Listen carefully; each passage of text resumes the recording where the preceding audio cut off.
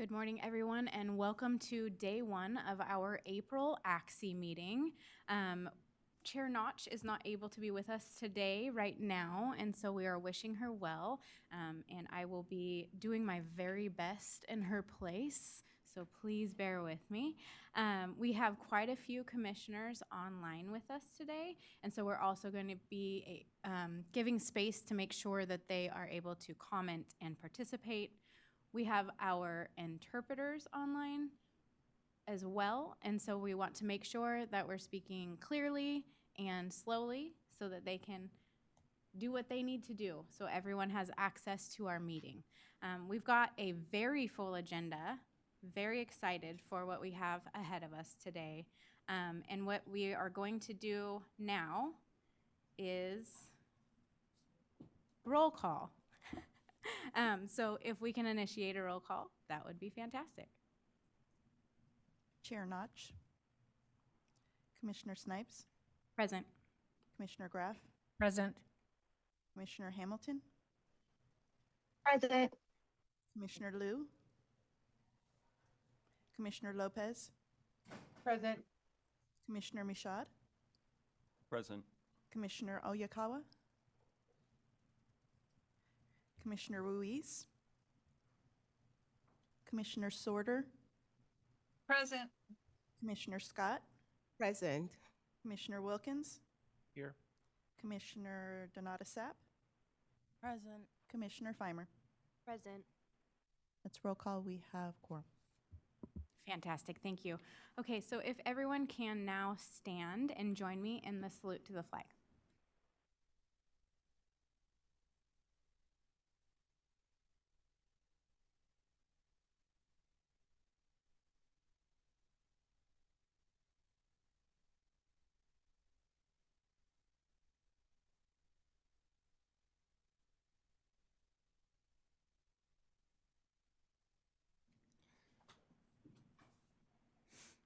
All right, so like I said, we have a very busy day today. We have some fantastic presentations coming to us, beginning with our item one presentation at 10:15.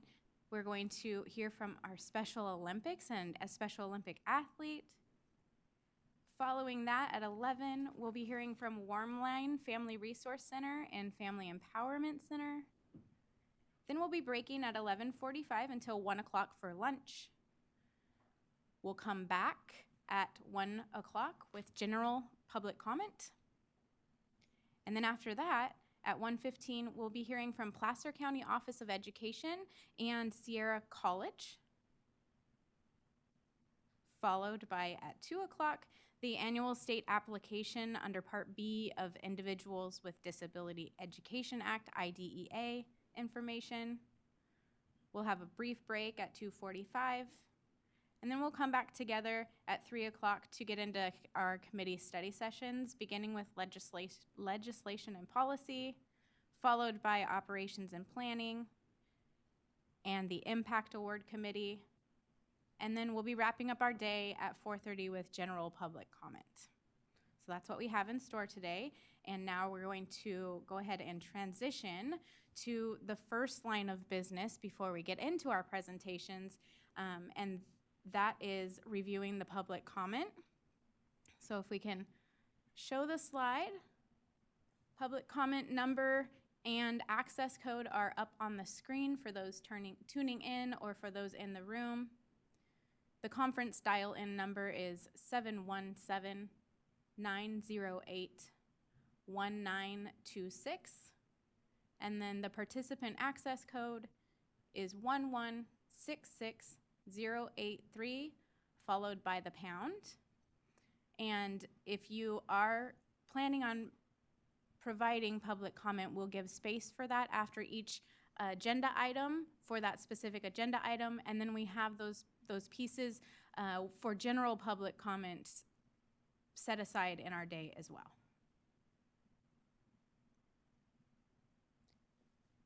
Okay, so now we're going to move forward with our second line of business before we get into our presentations. And that's going to be a swearing in of our commissioners who have been reappointed by the governor's office. And that is Commissioner Graff and myself. So we'll go ahead and get started with that and have Commissioner Graff go first. And our State Board Liaison, Allison Yashimoto-Tauri, will be doing the honors. Good morning, everyone. It's my honor to administer the oath this morning to Dr. Victoria Vicky Graff. All set? I am. Okay. I'll ask you to raise your right hand and repeat after me. I state your name, do solemnly swear I, Victoria Graff, do solemnly swear that I will support and defend that I will support and defend the Constitution of the United States and the Constitution of the State of California the Constitution of the United States and the Constitution of the State of California against all enemies, foreign and domestic, against all enemies, foreign and domestic, that I will bear true faith and allegiance that I will bear true faith and allegiance to the Constitution of the United States and the Constitution of the State of to the California, Constitution of the United States and the Constitution of the State of California, that I take this obligation freely that I take this obligation freely without any mental reservation without any mental reservation or purpose of evasion, or purpose of evasion, and that I will well and faithfully discharge that I will well and faithfully discharge the duties upon which I'm about to enter. the duties upon which I am about to enter. Congratulations. Thank you. So we have this printed version of the oath that we will sign and get that to Vicki, and I'd like to welcome you up. Heather.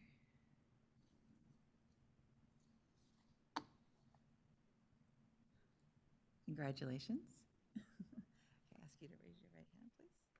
And say, I state your name, do solemnly swear I, Heather Snipes, do solemnly swear that I will support and defend that I will support and defend the Constitution of the United States and the Constitution of the State of California the Constitution of the United States and the Constitution of the State of California against all enemies, foreign and domestic, against all enemies, foreign and domestic, that I will bear true faith and allegiance that I will bear true faith and allegiance to the Constitution of the United States and the Constitution of the State of California, to the Constitution of the United States and the Constitution of California, and that I take this obligation freely and that I take this obligation freely without any mental reservation or purpose of evasion, without any mental reservation or purpose of evasion, and that I will well and faithfully discharge and that I will well and faithfully discharge the duties upon which I'm about to enter.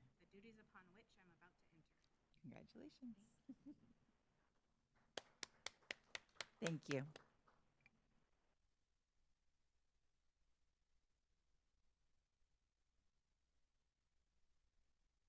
Pulling double duty. Okay.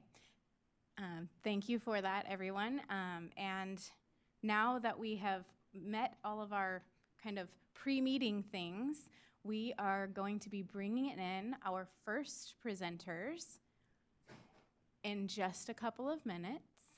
It looks like we're waiting for one of their members.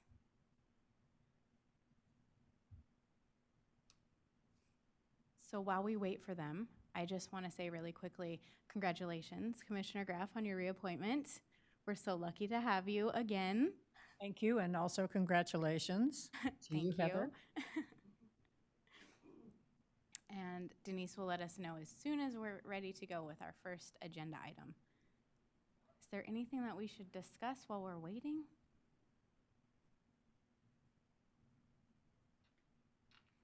Okay, I think we've covered all of our pre-meeting things, so we might just give a pause here while we're waiting.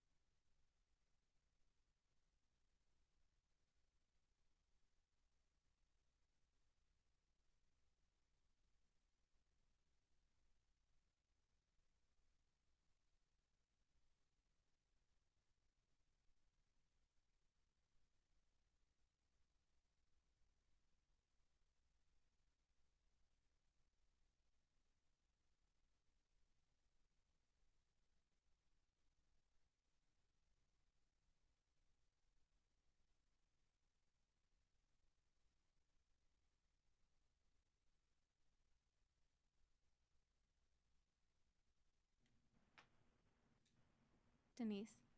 We're going to take a brief break while we wait. And as soon as they come into the room, we'll come back online if that's okay.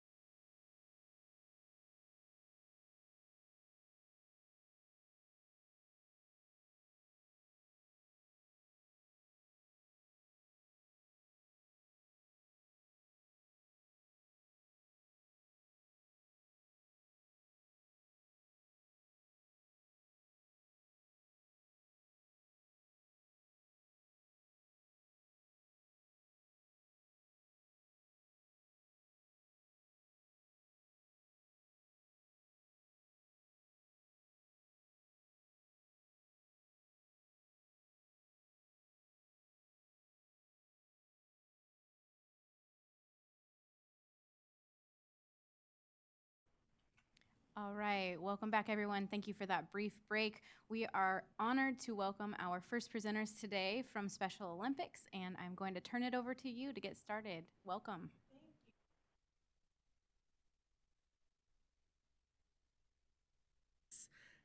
Sorry.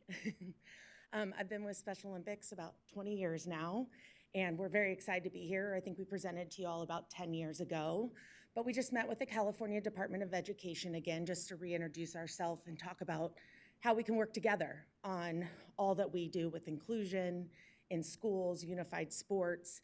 And through that conversation, they quickly invited us to your meeting, which we're very excited about. We'll go through some of the program, just the basics. We have an athlete coming, because we'd all rather hear from an athlete. and he was in the schools program, and now is an athlete global ambassador. So the goal of this program is just to reintroduce ourselves. You'll have our information and Southern California's information, and we're just hoping to share the word and spread our programming where we can. So first, I will give it to Claire. Hi everyone, my name is Claire Maley. I'm the Senior Schools Area Manager for the Sacramento region for Special Olympics Northern California. So a little about Special Olympics. We were founded by Eunice Kennedy Shriver in 1968 with a mission to provide athletic opportunities to children and adults with intellectual disabilities, which instill the confidence needed to succeed in life. We're the largest sports organization in the world, serving 4.5 million athletes in 170 countries. When you think of Special Olympics, you might traditionally think of our community sports program, which is where athletes join a sports team, practice for 6 to 8 weeks, and then compete at a regional competition. We also have our Unified Champions Schools program, which is what we're here to talk about, which takes place primarily during the school day in classrooms in various settings. Oops.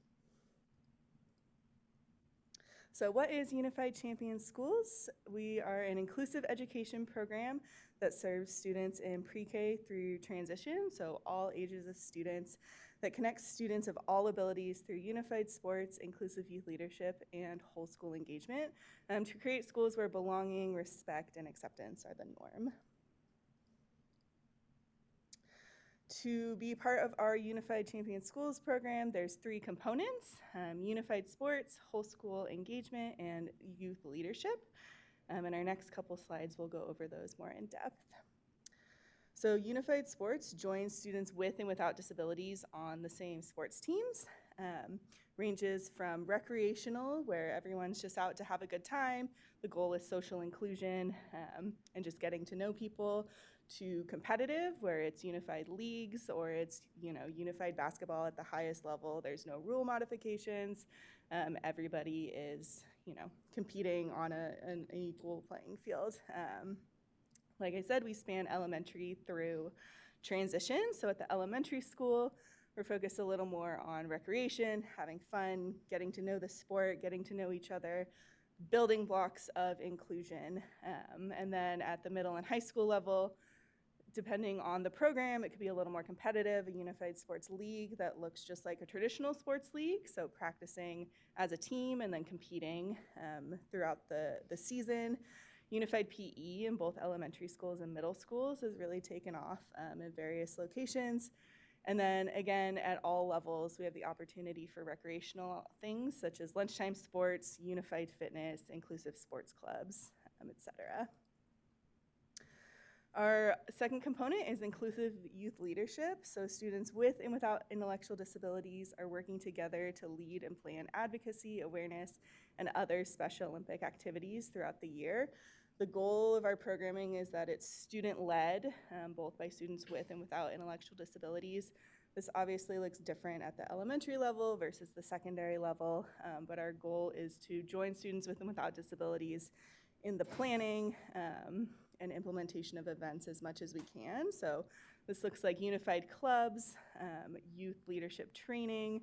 We have youth activation committee that joins students across districts to serve on a committee to help with our programming in the community and also on their own campus.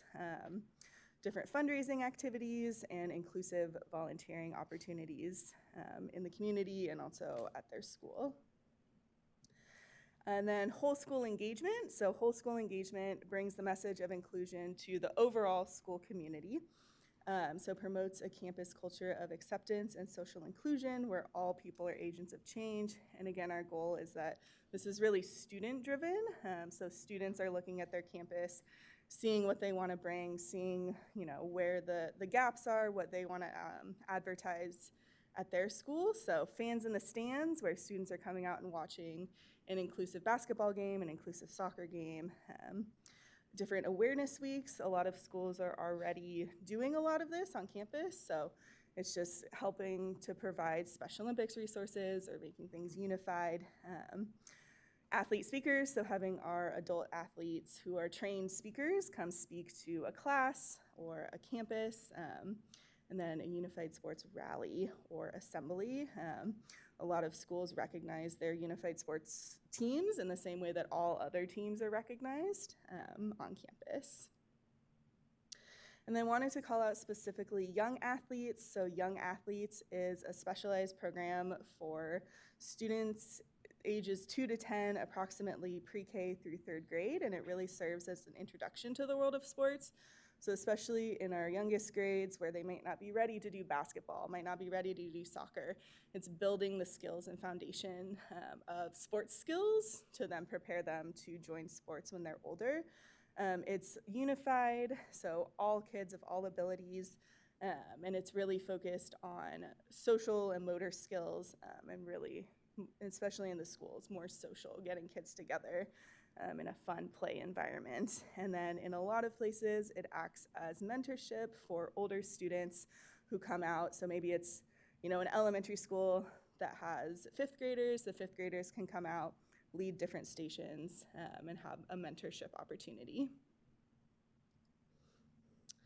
All right, and I would like to bring up Paul to talk about the strategy. All right, good morning, everyone. Hello, my name is Paul. I oversee our schools in the South Bay and the Peninsula, from Marin counties down to Monterey counties in Northern California. So as Claire was saying, with Special Olympics, our strategy here is using sports as a vehicle to foster inclusion and acceptance. Special Olympics started as an organization centered around providing sports competition and training opportunities for individuals with intellectual disabilities. Today, we are still mission-driven to provide opportunities for individuals with ID. However, we recognize that in order to do so, we need to help create communities of acceptance, inclusion, and better understandings of the needs of our athletes. So you see here in these two circles, we're using unified sports as a bridge to social inclusion. On the left is the circle of culture within unified sports. On the right is the culture outside of unified sports. So obviously we want those positive things that are coming with unified sports, bringing everyone together, people of all different abilities, personal development, inclusive, equal bonds, positive representation, using that as a bridge to social inclusion. So that's the main emphasis of what we're trying to do. Like I said, using sports as that main vehicle.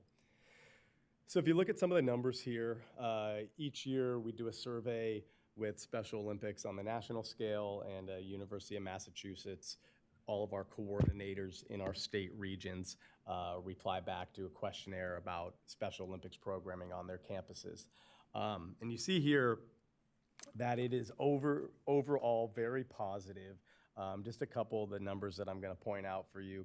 95% of Unified Champion School liaisons felt that the Unified Champion School program, UCS, has created a more socially inclusive environment, and 98% felt that the UCS program is valuable for the school as a whole. One of the big things that the program does, it reduces bullying, teasing, the use of offensive language in schools. Over 91% of the liaisons said that. It creates a more positive environment, obviously, when those things go down. It increases participation in schooling with intellectual disabilities for school activities. It increases opportunities for students with and without intellectual disabilities together. It fosters a sense of belonging, 100%, and if you go over to the right side of teachers said that the UCS program does indeed foster a sense of belonging, building relationships, providing continuity for students over time. Also, if you're looking at attendance, it increases attendance for both populations, students with and without intellectual disabilities. It makes students feel more confident working with diverse populations of students. If we go to the next page, even more positive stats of how this program affects everyone that's involved in it. Graduation rates for both students with and without intellectual disabilities increased when a school in a district is involved in Unified Champion School programmings. Higher standardized test scores in reading and math, once again, for both populations. Elementary and middle school students with intellectual disabilities, their long-term exposure in this program led to increased standardized testing. It is shown in many different ways, but everything from expanding inclusion to school buses, expanding inclusion to the cafeteria, all throughout campus, your extracurricular, your activities before and after school, all throughout common areas of the school, and really making the whole school environment an inclusive environment for everyone. The last stats down there at the bottom are that liaisons felt that indeed Unified Champion Schools programming had a positive value for many groups of students. New, transfer students, students with intellectual disabilities, students without intellectual disabilities. When everyone is valued and accepted and respected, it leads to a better environment for all. As we move on here, this is a national number that you can see Special Olympics across the country. We are in over 12,000 schools, almost 4,000 districts, all 50 states and DC and Puerto Rico. We have almost 800 banner schools across the country that hold banner status, where they are providing activities of unified sports, inclusive youth leadership, whole school engagement, among others. Of our programs, those 12,000 plus schools, 89% of them are offering 2 or more components of our Special Olympics components, once again being unified sports, inclusive youth leadership, and/or whole school engagement. Over 21,000 teachers have been educated in the Special Olympics UCS model, providing social inclusion in schools. Whopping numbers, just the scope of the impact that Special Olympics does have across the country. Almost 500,000 sports participants, over 21 million total inclusive experiences, 5 million plus unified sports experiences. The numbers go on. And its funding has been through the Department of Education on the national level. In the last 20 or so years, it's been over 500 million of funding, some coming from the special education programs, some coming from state programs and Special Olympics. And so as we continue on, just to show a few more positive stats and what can be learned and what can be gained when a school is involved in our Special Olympics Unified Champion Schools programming, it leads to the 5 social and emotional learning competencies: self-awareness, self-management, social awareness, relationship skills, responsible decision-making.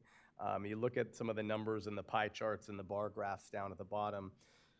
This was polled for participants themselves that are in UCS school and district programs, that they learned over 60% for all of them here, approximately, learned more about working with others, about helping others, about becoming more patient with all people, standing up for something that they value and believe in.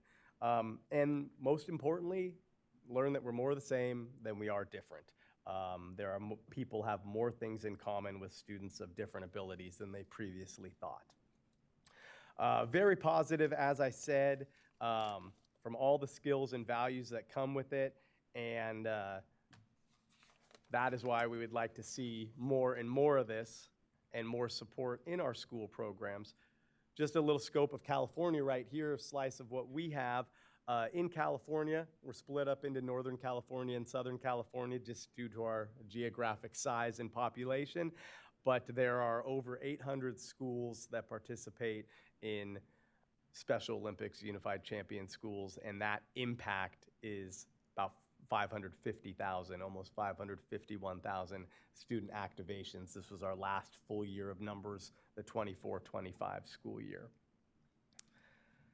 And we are still waiting on our athlete that's going to be here momentarily, but I guess I can, at this point, are there any questions that we can do while we wait for our athlete Christian to speak and be able to provide his experience of the program?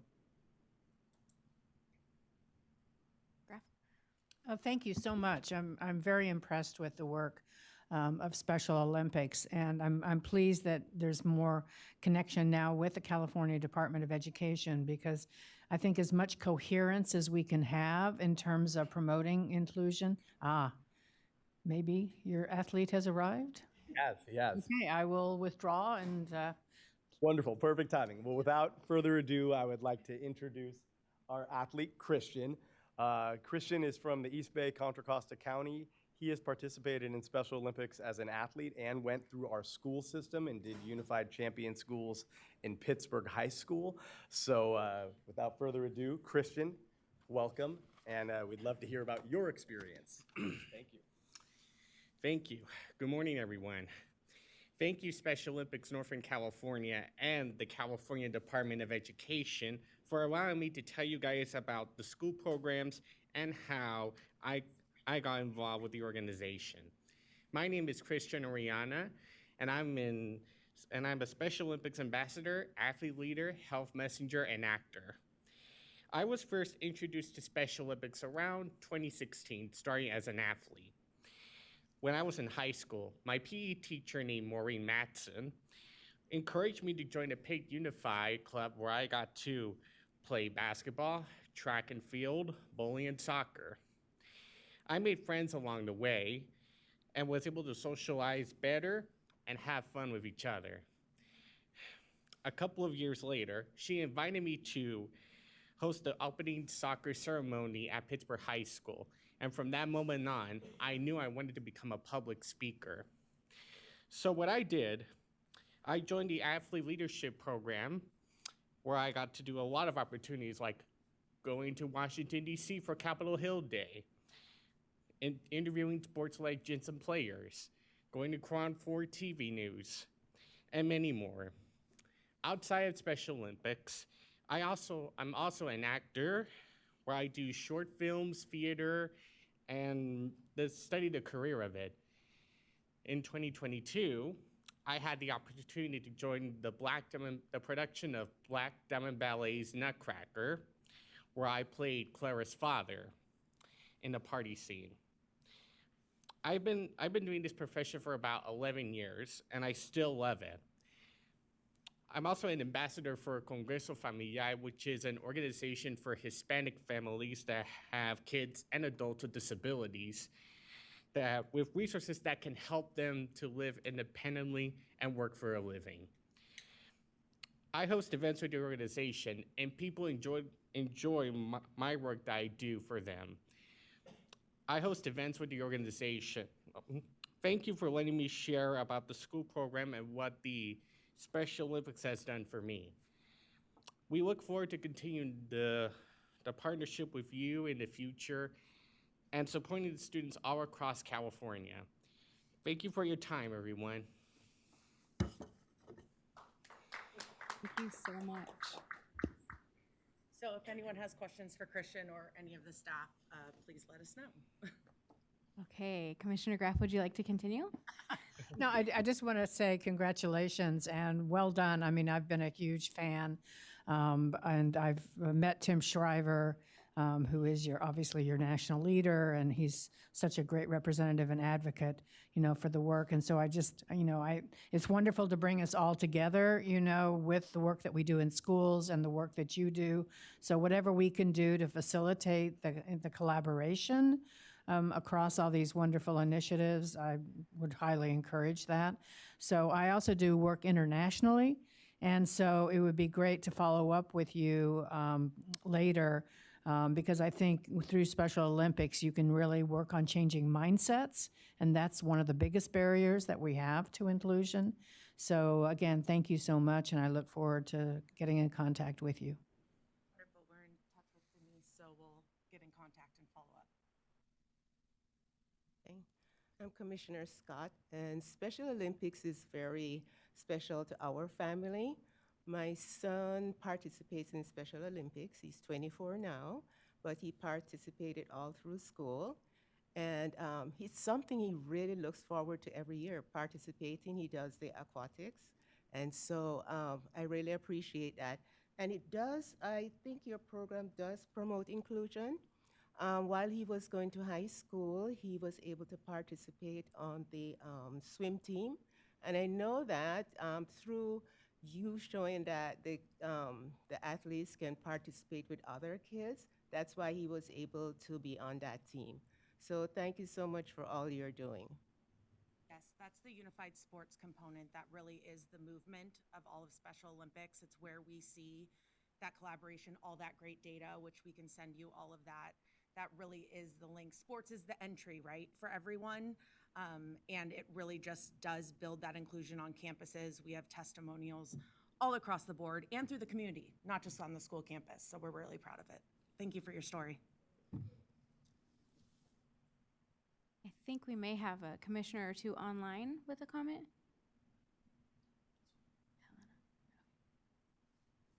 Good morning. I just wanted to say thank you for thoroughly including the CASTLE framework in your presentation. It does truly highlight the importance of social and emotional learning for all the participants. So I really appreciated that being included. Thank you.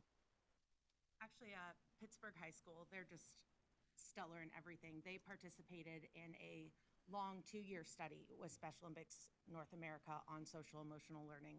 So they really were one of the ones that got to dive in and show what's happening on their campus with those things. So thank you. Commissioner Donato Sapp. I just wanted to say thank you for your presentation. I'm glad to hear that your program has a focus on social inclusion and belonging in physical education. As a disabled student, I participated in every single sport my school offered, and I loved it so much. But yes, were always like put downs and unkindness from so many peers, and it was often hostile. So much bullying happens right under the eyes of watchful and caring teachers, and I know one of the toughest spaces is physical education. And as one of the students, your work serves, I'm so grateful for your anti-bullying stance. I also value your approach that has a focus on fitness for life too. So thank you. Thank you. I just have to share that I've got quite a few friends on Facebook who have recently been posting videos of their children participating in the Special Olympics events around the state and way up north in Eureka, where I'm from, and the fans in the stands really came out, and it was just so wonderful to see student athletes out there, like really, I mean, the skills and the physical ability. I am so it's just really great to see that it's building all of the skills, right? Like from physical ability to social skills. And I think that that's the thing to appreciate the most, is that your program really is holistic when it comes to how thoughtful you are about the way that you are supporting students and the way that you're supporting the adults in the spaces. We know that we have those caring adults that do need that training just as much as the students need. And so the holistic approach is what I really appreciate, and thank you so much for elevating that today. Our pleasure. Good morning. I'm not sure if I have my hand up. I'm working with technology here. Can you hear me? Oh. Yes, we can hear you. Okay, thank you. Okay, thank you so much for being here today. I had to share because I'm very passionate about Special Olympics, and I actually was on the board back in about 2018. Bill Sherman was the CEO at the time. He's still very much involved, I'm sure. And at that time, the unified sports was almost like a pilot in some of the schools. And I was on the State Council for Developmental Disabilities at the time, and we actually went and lobbied and got some legislative money, which was a big deal at the time. It was huge, and we worked together. And Unity Sports was, got into our school, and it was a pilot for maybe a couple of years to see how it was doing.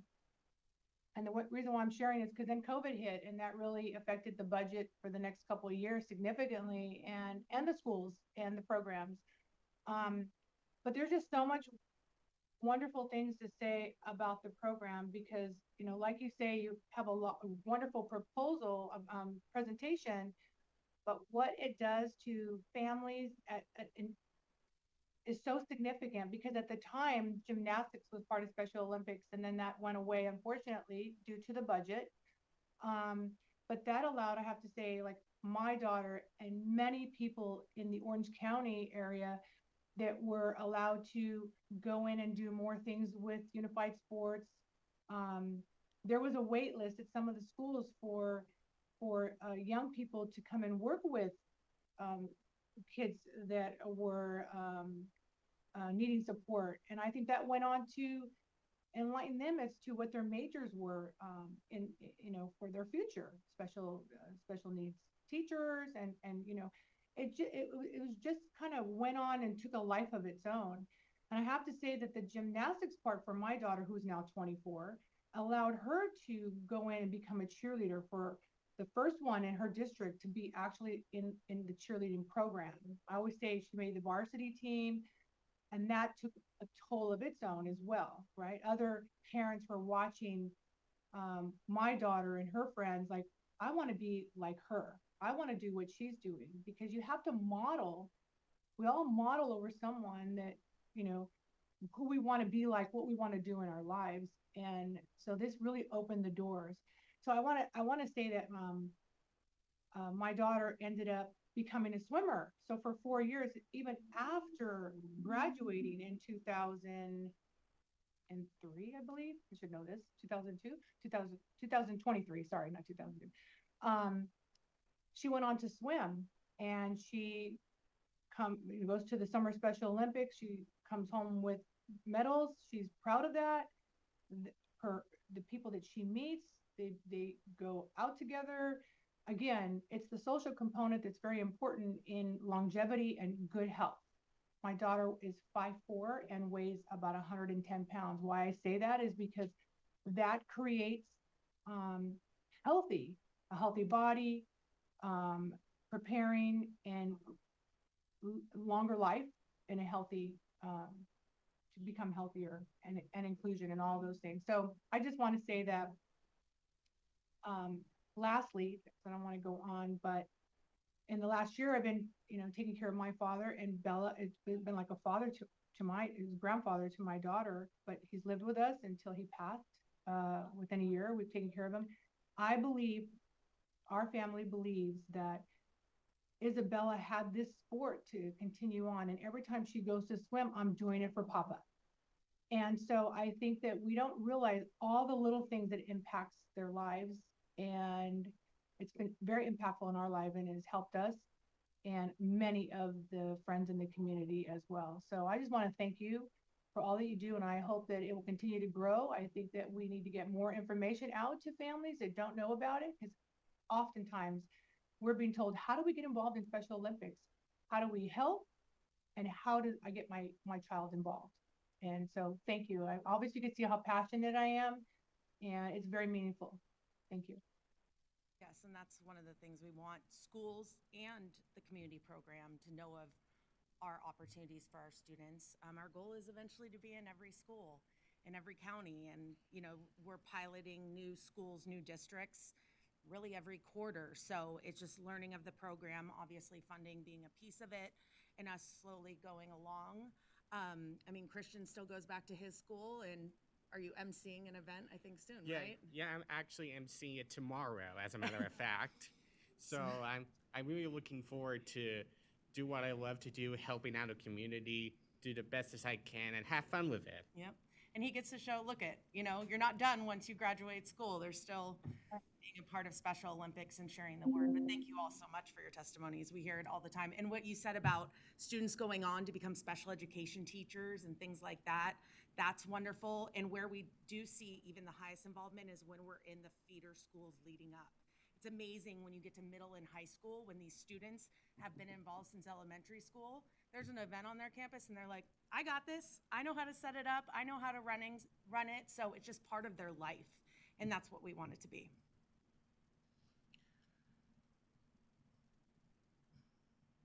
Good morning. I'm Rachel Heenan, the Director of Special Education. I want to thank you for coming today, and I am one of those people who had a career change from volunteering as an assistant soccer coach back in Massachusetts for Special Olympics, and it changed my life. So for everybody here who participated in or has children in or et cetera, it is life-changing for everybody. So I want to just, in my position now, just make sure, I know you met with some of my team, and I just want to make sure that we support you, and if you have ideas that we are able to carry information to districts and SELPAs to make sure that everybody is aware of and can get involved, please let us know, as I would love to make sure that that information gets out. Definitely will. And thank you. This meeting became from your two staff members that we met with. So we'll continue to be in touch on how we can partner and share the word and spread Unified Champion Schools. Thank you all so much. Do we have anyone else before we go into public comment? Okay, so at this time, we'll open up to the folks in the room. If we have any public comment, please begin to line up in the room. And while we're doing that, if we can transition to showing the slide for public comment for callers who may be viewing online.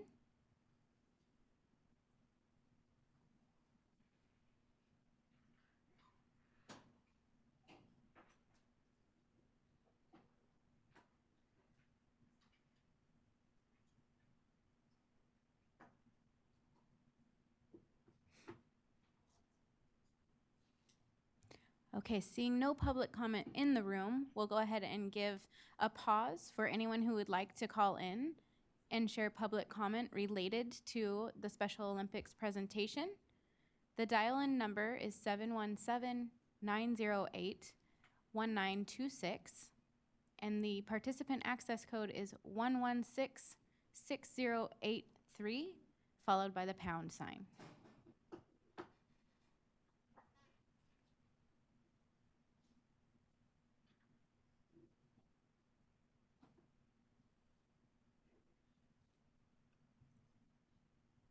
Do we see any callers online? There are no callers at this time. Okay, thank you. Seeing no public comment, we'll move on to our next item. We're just a couple minutes early, so I just want to make sure that our presenters are here and ready to go. Yes, okay. So we're going to transition to our next presentation, which is coming from Warmline Family Resource Center and Family Empowerment Center. So we'll just give a minute for them to get all set up and come up to the podium.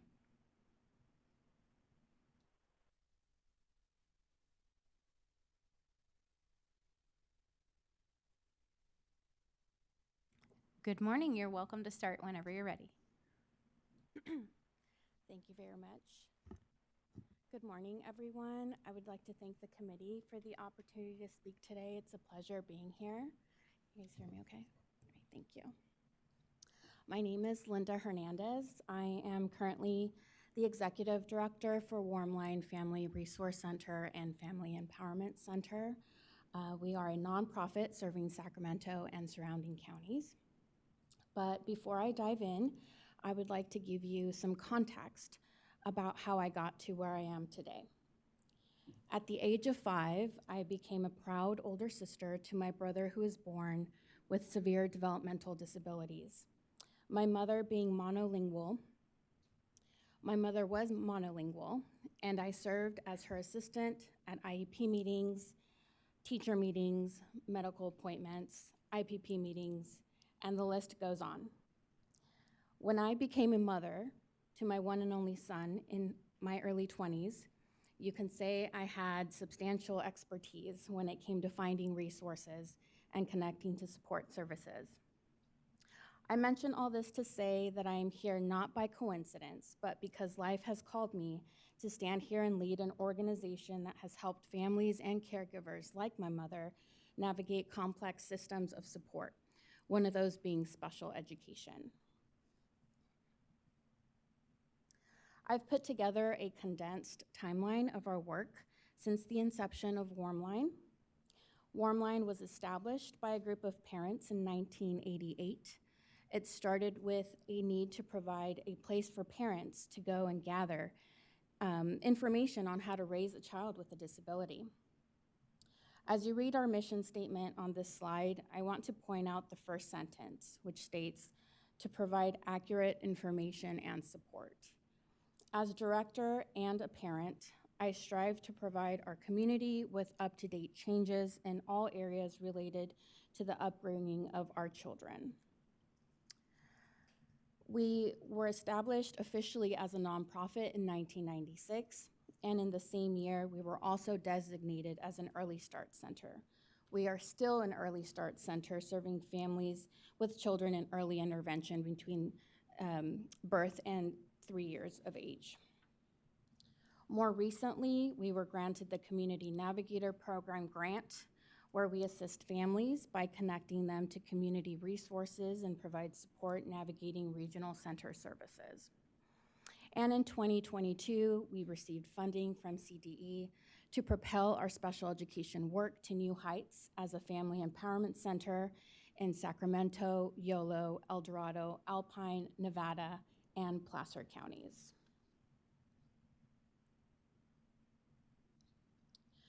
We guide our work by connecting to parents through peer-to-peer support. Sharing similar lived experiences provides understanding, validation, and emotional encouragement. I have compiled here on this slide a list of common concerns that we hear from our families, many of which you already are too familiar with. However, this tells me that there is more work to be done, more families to reach, more workshops to be planned, and more advocacy work to be held in our communities. I have my work cut out for me. I plan to reach all families and all students on an IEP in the 6 counties that we cover, and I won't let up.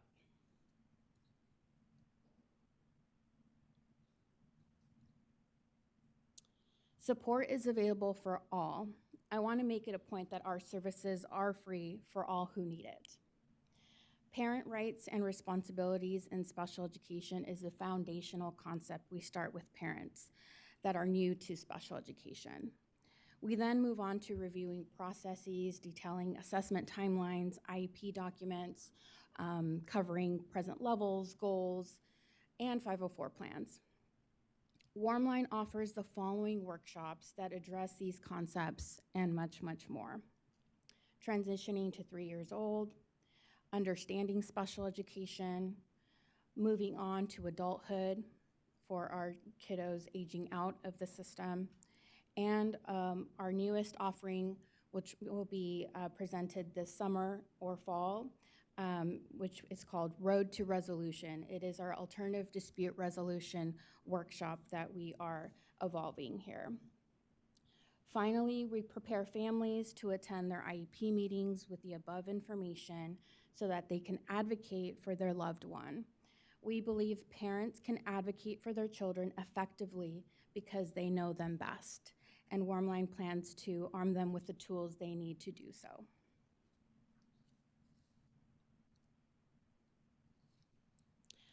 Warmline has taken a step forward in creating a workshop curriculum on conflict resolution best practices from a parent point of view.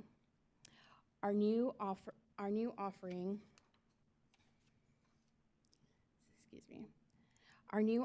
titled Road to Resolution will contain concepts focusing on a collaborative advocacy approach. The aim of this approach is to empower families, protect parent rights, reduce conflict, and provide the focus on the student and student outcomes.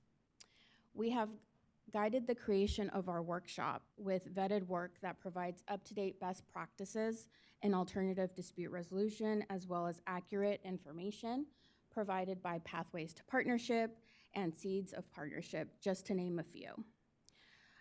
A quick shout out to the CDE team in laying out the dispute resolution manual. It has assisted us as a valuable resource to our center. Moving on. Last month, I had my transition IEP meeting to address what my son's goals were now that he will be in high school. He is currently 14 years old and in 8th grade. I was asked, where will Liam live after high school? Where will he attend?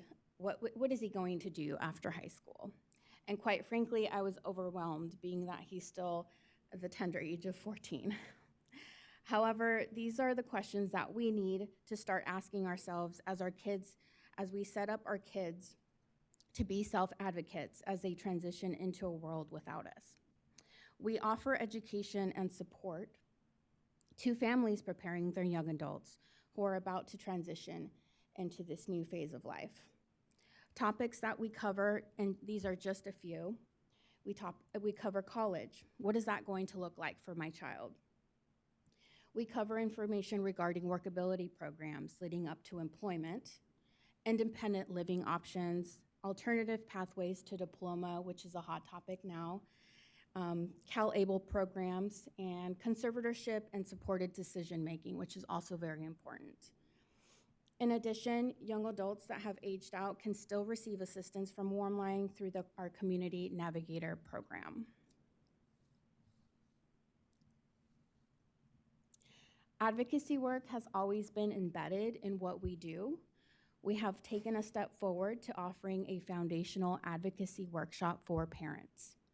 This is another pillar of empowerment for our families. Through this training, we aim to build trust between families and professionals that will lead to lasting relationships and benefit students. We also aim to encourage more parent participation and to ultimately lead them to go beyond the local level. There are many avenues to advocating at the state level if that is what a parent desires. There are many organizations that are dedicated to influencing systems through policy and advocacy work. Warmline in the past has hosted highly rated parent advocacy training, such as that offered by Parent Voices, which is our parent leadership. As a parent center, we are the first stop for parents looking for support, and occasionally we encounter parents with a fire to lead.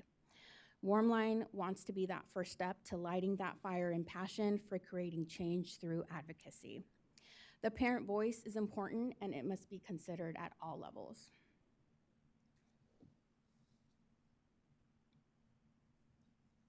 Alongside advocating for our students with special needs is community building.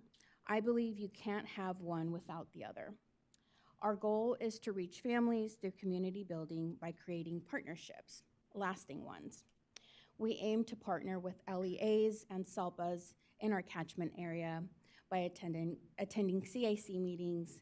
We want to elevate the parent voice for that community and be a support organization for professionals.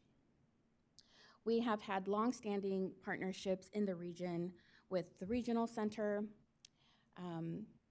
medical entities such as the UC Davis Mind Institute and the SED, which is the Center for Excellence in Developmental Disabilities. And I can't forget to mention our community-based organizations that assist in multiple languages and offer additional resources such as food assistance and diaper distribution to our families. In addition to our partnerships, we attend outreach events within limits of our catchment areas. Some examples include school resource fairs, community events, and so much more.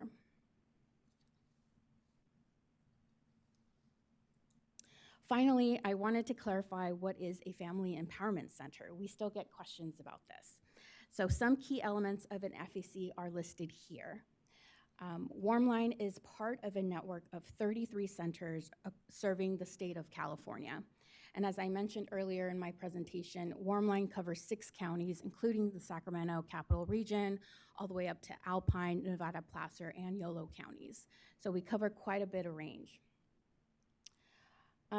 This also means that anywhere a family moves to in the state of California, they will be able to access similar supports like those I have spoken about today. The work that we do is what we offer as a family empowerment center. And lastly, our center is staffed by parents who have a child with a special need. Connecting with another parent who has been there is a point of connection that cannot be overlooked.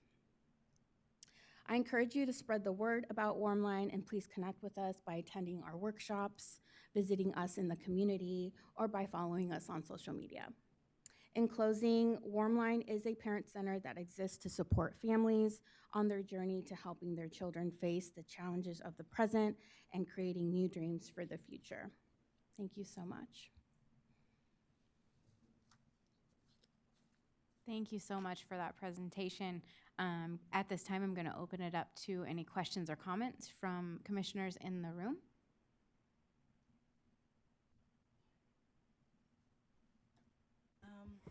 Thank you for your presentation. I'm especially grateful for you and your organization and what you do in supporting parents of disabled students. This is especially personal to me, as both of my fathers are here with me today, right over there, as they always are, and I can tell you that they are thrilled to be here and support me, and I can also tell you that they are exhausted with the usually invisible labor of advocating for me, teaching and coaching me how to be a self-advocate and basically be parent managers for me at times as I travel the nation lifting up disability pride. And what I want to ask you is, how do we get warm line in every school or every district? Because we all know that parents of disabled students need much, much more support. Thank you. Thank you for your comment. I appreciate your input. As a parent myself, I can relate to your parents. The work never stops, but that's part of the reason why I'm here. And you point to a very significant, really why I'm here today is so that we can open up the doors to collaborate with more entities within our catchment area, school districts, other school parent support groups, any way we can connect with families raising children in special education. We want to be there to support them. So that is part of why I'm here today. Thank you so much.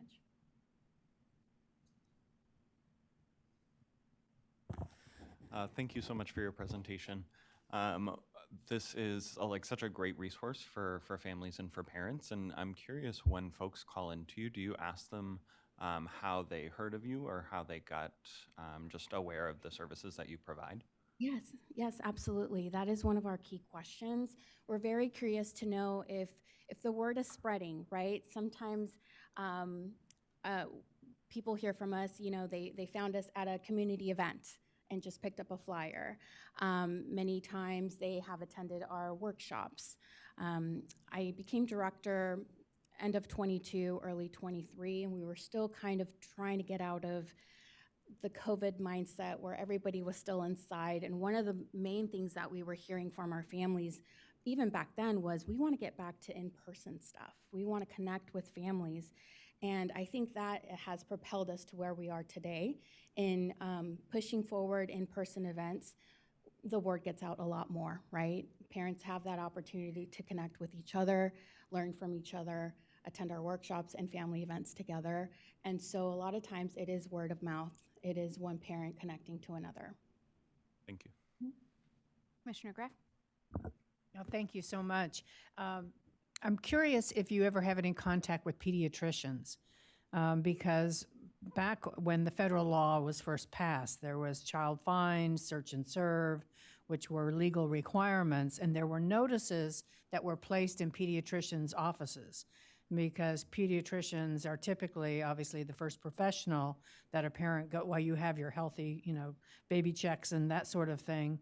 But I'm just curious if you ever connect with pediatricians to, again, share the work. And I noticed that you started age 3. What about from birth to 3? What connection do you have with that? And then a follow-up question has to do with school districts and how we can promote more collaboration between families and schools instead of all these challenges that parents seem to have. Yeah, absolutely. So on one of my slides, I mentioned that we are an Early Start Family Resource Center, and that is the age between birth and 3 years old. So under that program, we have reached out to medical entities. We have connected, for example, in our area, we have connections with the I believe is Mercy San Juan NICU. So we have access to those, but not specific pediatrician offices. That is something that I have yet to work on under that grant. But I agree. I think since our inception, late 80s, we've been around, since the 90s. I know that work has been done by previous executive directors, and that's still something I get to work on a little bit more. And then remind me, what was the second part of your question? Oh, how can we collaborate with districts? I knew it. That is one of the things that has brought me here today. I find that coming to the school sites, parents already have that trust with the school sites. They want to go to a center or to the school that is closest to their community. And so for us, it is imperative to reach them where they are. It's really hard to say, hey, come to our center across town, right? So one of my main strategies is to connect with them where they are at, which is down the street from their home school, and create a workshop or host a workshop in their multi-purpose room, whether it be first thing in the morning, which I have one tomorrow in Yolo County, West Sacramento, or after school. So I am open to collaborating with all LEAs and school districts in our catchment areas to provide this resource to our families. So please contact me. Thanks. Hi, I'm Rachel Heenan, the Director of Special Education. I just want to thank you especially for partnering with Pathways to Partnership and the work that you all do together to support families, because it's all about relationships. And we know that from when families leave the NICU or as soon as a child is diagnosed with a disability, and that critical relationship from birth to 22 with the school district is something I don't think we can stress enough. So I just want to applaud you for your outreach and your connection with Pathways to Partnership, as well as our Constituent Support Office, who has that direct connection to refer families to you all with your expertise. So thank you. So much. Commissioner Scott? I just want to thank you for the work you're doing, especially with parent empowerment. One of the things I find with a lot of parents is that they are not educated about their rights and the rights, of their students. So that is an area that I'm glad that you're working on, because we have to be advocates for our students. So we have to be educated and know what their rights are. And that way, yeah, especially for as far as like making education plans, for the individual students. Parents are afraid, like in meetings, to speak up and help to make plans. And I know sometimes it's intimidating because as a parent, you're like the only person in there with all these different members from the school, the principal, all the teachers, all the specialists. It can be very intimidating. And so parents just sit there and, agree to everything. And then outside of the meeting, they complain because they really don't know their rights and they need extra supports and people to educate them. So thank you for doing that. Thank you for your comment. Yes, IEP meeting preparation is one of the key things that we've done for a long time. And when parents come to our workshops, they learn different strategies, tips, and tools on how to prepare. Of course, we meet them where they are. So we have parents that organize their binders. They come in with past IEP documents. They have their questions set up. And that's great, but there's other parents that just want to report out on what's been going on with their child. So it's really a customized consultation when parents call us, because again, we want to meet them where they are, but also give them the tools and make them feel empowered when they do walk into that meeting, right? Yeah, thank you. Do we have any hands raised with our commissioners online? We can move to those comments. Yes, I have one comment. So it is that time of year for when students celebrate graduations and the transitions from grade to grade. And it can be scary. And so I wanted to acknowledge you pointing that out. And we're just reminding that, having those conversations early with parents, as you mentioned, right? There are so many, we have different options now for earning a diploma and post-secondary options. So making sure that information is getting to parents, because it can be scary.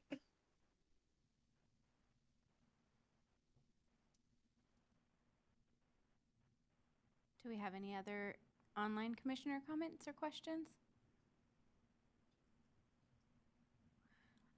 I have a question for you about opportunities that you might have to connect with other family empowerment centers across the state to share the model that you have, the resources that you have, just knowing the level of access. I'm coming from far, far northern California, and I do know that the Family Empowerment Center there was one of the last to be established, and also there have been challenges with staffing. So they're going to be a little bit behind the curve, and I'm just wondering what your opportunities are to collaborate across the state to share the things that are working for you and the resources that you've developed. Yeah, absolutely. So the Family Empowerment Centers are part of the Family Empowerment Disability collaborations.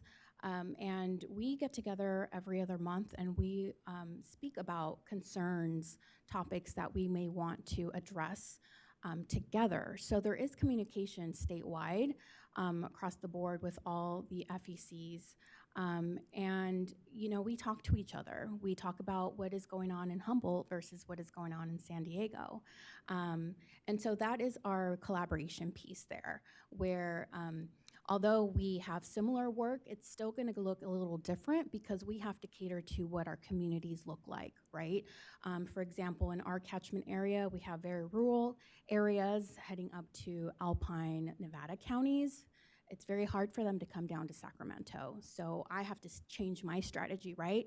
Compared to perhaps maybe, you know, Southern California. And so we all look a little bit different, but we do share strategies, common topics that we address when we get together. So that is our collaboration piece. Thank you so much. Do we have any other questions or comments? Okay, seeing none from our commissioners, we'll go ahead and move into public comment, starting with anyone in the room who might have any public comment related to this item. You're welcome to start lining up now. And as we're waiting for public comment in the room, if we can display the public comment slide for those who might be viewing virtually and calling in.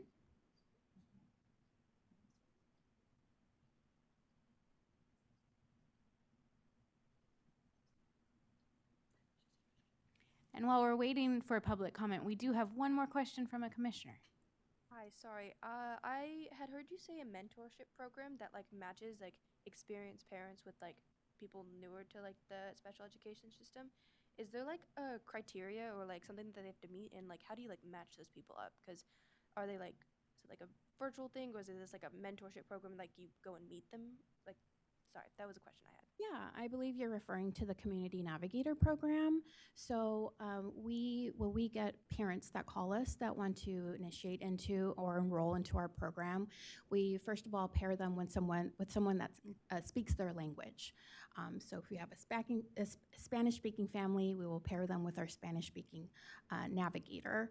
And then from there, we dive into concerns that they may have. So there's not really a requirement. Really, we just want to make sure that they're paired up with a person that will be helping them more with their concerns and definitely have the same language as them. Are navigators like people who like work with you guys, or are they like other experienced parents, like Both. Yeah, so all our navigators are parents as well, and so they have lived experience of navigating the system.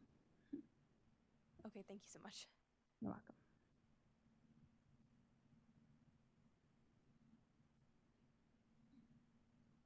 Do we have any callers online? Caller ending in 4476. If comfortable, please state your name and affiliation. You will have exactly 1 minute. Your time starts now. Good morning, Commissioners. My name is Veronica Coates, Assistant Superintendent of Tehama County SELPA and Executive Director of Pathways to Partnership. I wish to align my comments with Director Heenan and offer praise to Warmline for their high-quality, heart-centered, and change agency work, both as a family resource and empowerment center in the greater Sacramento region. Their work is critical, and they serve as a model for the whole state. They are a major component in the continuum of dispute prevention and resolution, as you heard from their presentation. Kudos to the work they do, and thank you for highlighting their important work with families and the disability community. Thank you. Thank you.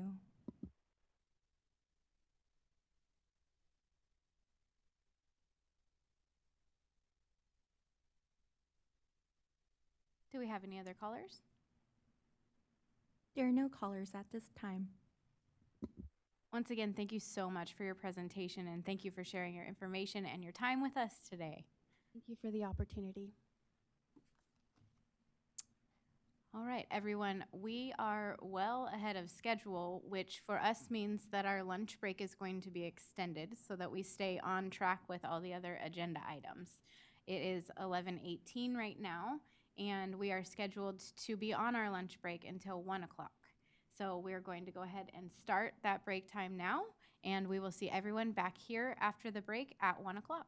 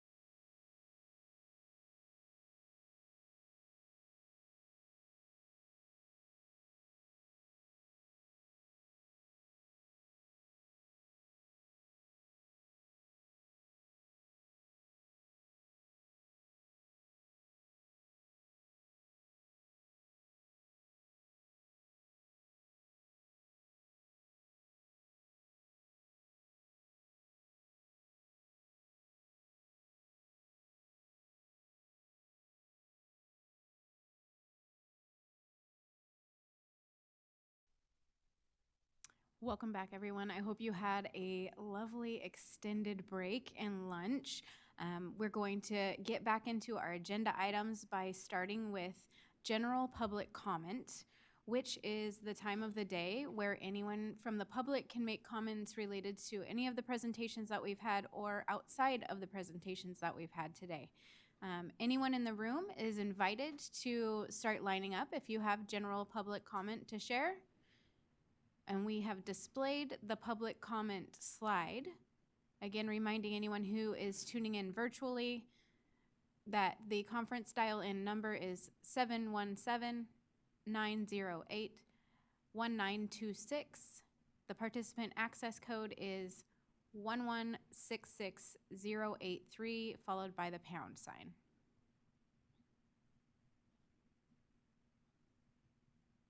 Seeing no one in the room lining up to provide public comment, we're going to start with public comment that we have received via email. So Grace, go ahead and go with that.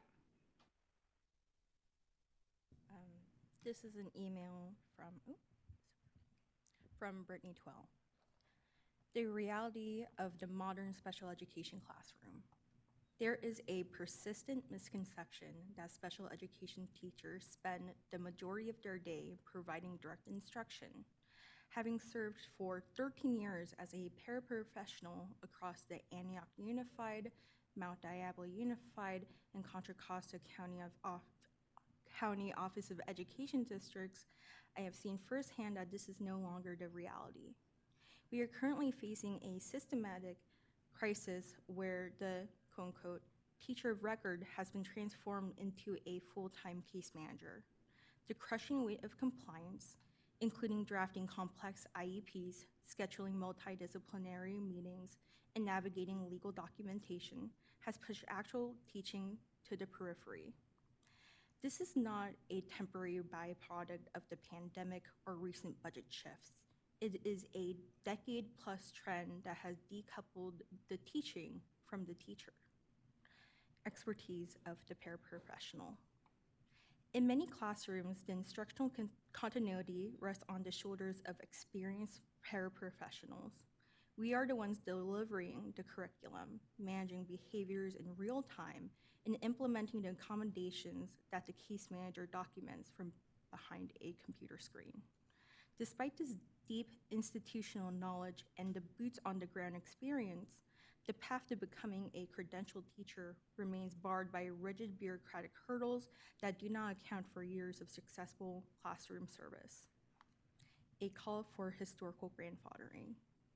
To address the critical shortage of special education teachers and the burnout of current staff, I urge the board to consider the following. Reinstate grandfathering pathways. Bring back historical pathways that allow veteran paraprofessionals, those with the proven experience, passion, and grit, to transition into teaching roles based on documented years of service and competency assessments rather than just traditional units. Acknowledge the long-term service. A decade of service in diverse environments like the Contra Costa County of Education and local unified districts provides a level of clinical experience that a standard student teaching program cannot replicate. Address the dual role conflict. If we do not create a way for passionate educators to enter the field, the dual burden of case management and instruction will continue to fail our most vulnerable students. Conclusion. The door needs to be open for those of us who have already been doing the work for years. We don't need more theories on how to teach. We need the state to recognize that we have been the ones teaching all along. It is time to provide a practical, streamlined route for veteran paraprofessionals to fill these vacancies and bring stability back to our special education classrooms. Thank you.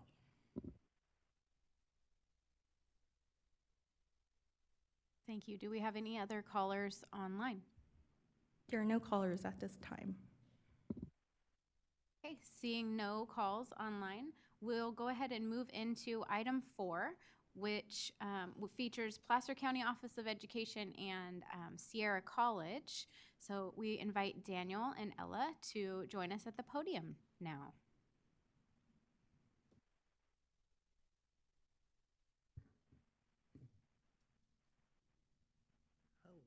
thank you all for letting us be here today. Let me get my slides going here. I'm not sure what you're seeing, so we want to start at the top here. Oh, no, you're fine. There we go. All right. Oh, okay, here we go. Well, thank you for having me. My name is Daniel Mendoza. I'll let you introduce yourself. And I'm Ella Kiernan. I will get started. I am a program manager for CSPP programs at the Placer County Office of Education. And also aligned with this work, I am a geographical technical assistant for the ACSE, California Early Childhood Education Network. So thank you again for having us here. Today we're going to share a little bit about everything we have going on around inclusion and universal design for learning at the Placer County Office of Education. I know we'll have time for comments at the end, so I appreciate that because I usually talk a lot and I usually ask folks to interrupt me.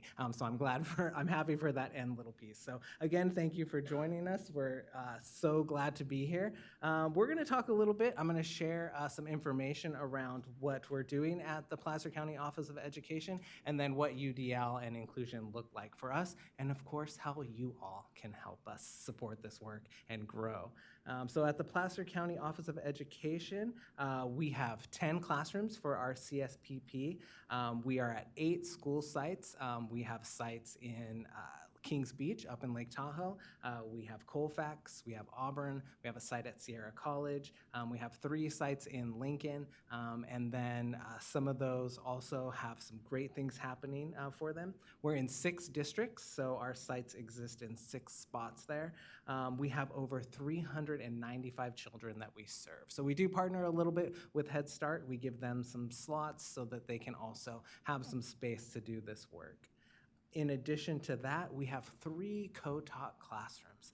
So co-taught meaning that our CSPP teachers are in this space with SPED teachers, and children are dual enrolled with the district, as well as being part of the CSPP program. So this may include IEP services that are happening in the classroom, FAPE that's happening within the classroom, but they're melded together, they're working together, the children are all there in one space with the teachers, and they have that ability to grow, to understand, and to learn and be a part of what's happening. So what do we do at PCOE? We looked at what was going to be the best way for us to introduce inclusion, our journey and our why of inclusion. So we started out with a co-taught model at Colfax Elementary, and we really looked at that to ground us as to what we could do moving forward. What supports did we need? We looked at this journey and we looked at the why. One study that we found indicated that parents and teachers reported that children without disabilities who participated in an inclusive classroom were helpful to children with disabilities and also learned those life skills such as empathy and compassion. Ella and I were just having this conversation as we were sitting there and how important that was for families to see that. We also found that for children with severe disabilities, increased language development and pre and post tests measured when we did this, and increased social skills have reported, again, this need for children to have this ability to engage with one another. And then we also looked at the research that suggested that inclusive classrooms scored higher on measures of quality. So quality is all around from family engagement, from curriculum, from student success, and their growth outside of the classroom as well. So we looked at all these pieces and we talked to our teachers, and they really kind of came to us and said, you know, I don't feel like a special education teacher, but we talked about being an early childhood education teacher and the importance of that understanding how children develop across the spectrum, no matter what their abilities are. So we did find that tie for them and that understanding that even though they weren't defined as a special education teacher, that they really were able to create those variants that needed to happen for typically developing children and children that may need some additional support. So that was really important.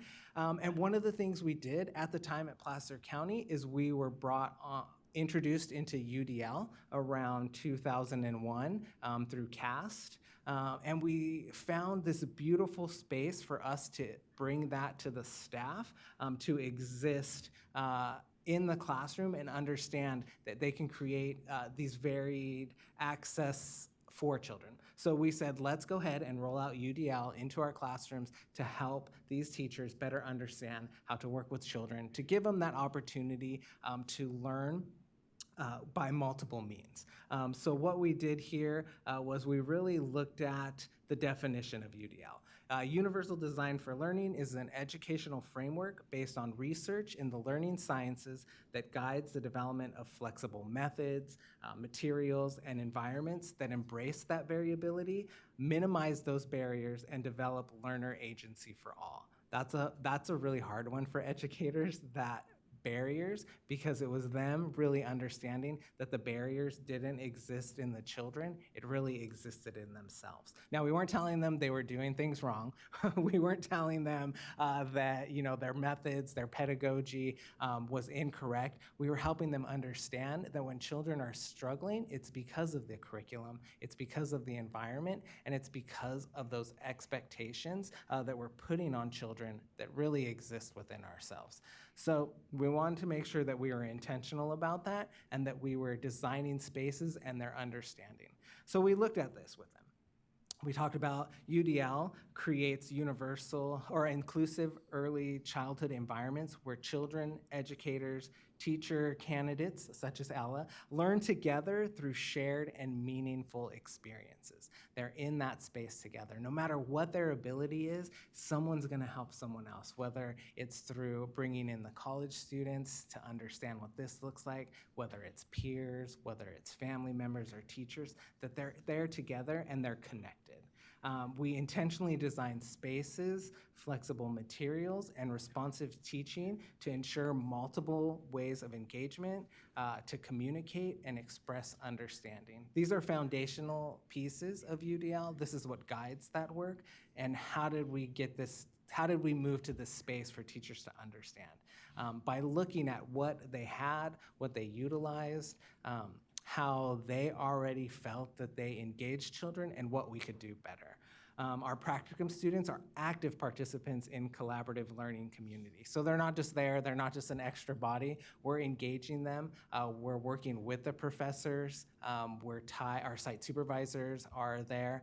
Lots of our staff at PCOE is also on staff at Sierra College. So that's helpful so that they understand that connection. So they were there, right? Participants in that collaborative learning community, strengthening outcomes for children while also developing as reflective, responsive educators. We wanted to give them that space. I myself also went to Sierra College. So my journey at Sierra College ended around 15 years ago, and 15 years later, I'm running all the preschools.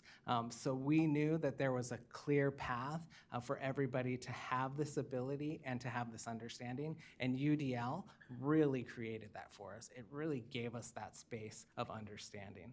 So what is UDL? If you're not familiar with it, if you are, it is basically looking at this ability for creating learner agency. It's tied to science, it's tied to brain development, it's tied to children and their understanding of where they're at and what they're capable of. We look at these three areas: engagement, representation, action, and expression. Now, I'm gonna share this next slide and I'll jump into this a little bit more. But so engagement, we're looking for children. The goal is for them to be purposeful and motivated. That's a pretty broad definition, right? There's nothing we're gonna check off here. In representation, resourceful and knowledgeable. That's gonna look different for everybody. It looks different for us up here and different for you all sitting in front of me, right? And strategic and goal-driven. So how do we get there? What does that look like in early childhood education? Again, UDL is not checking off boxes. It's not can you do this? Did you complete this? Have they measured this?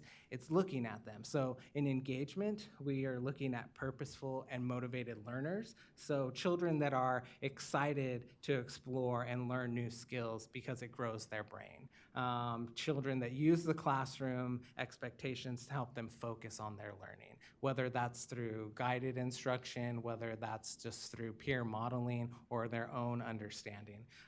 In engagement, we also look at them to challenge themselves and learn new things. Now, on this slide, right, it's from the voice of the child. We're not necessarily asking the child to communicate these things with us. This is just what we're looking for.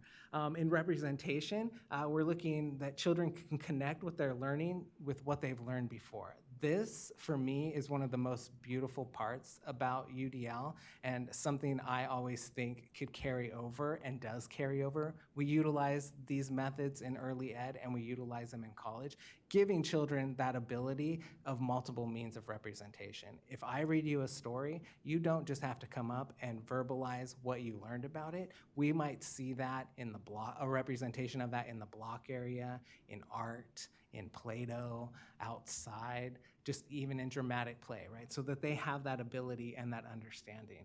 We look for them to find those tools and materials to remember those new ideas. Every time we introduce something, knowing we want them to be resourceful and knowledgeable, we're creating a mediator for them to express themselves, to share their content knowledge, to share their understanding. So we ensure that those things stay accessible for the children. We might not leave out a bunch of materials that they would have used, but maybe just a little bit so they have that space.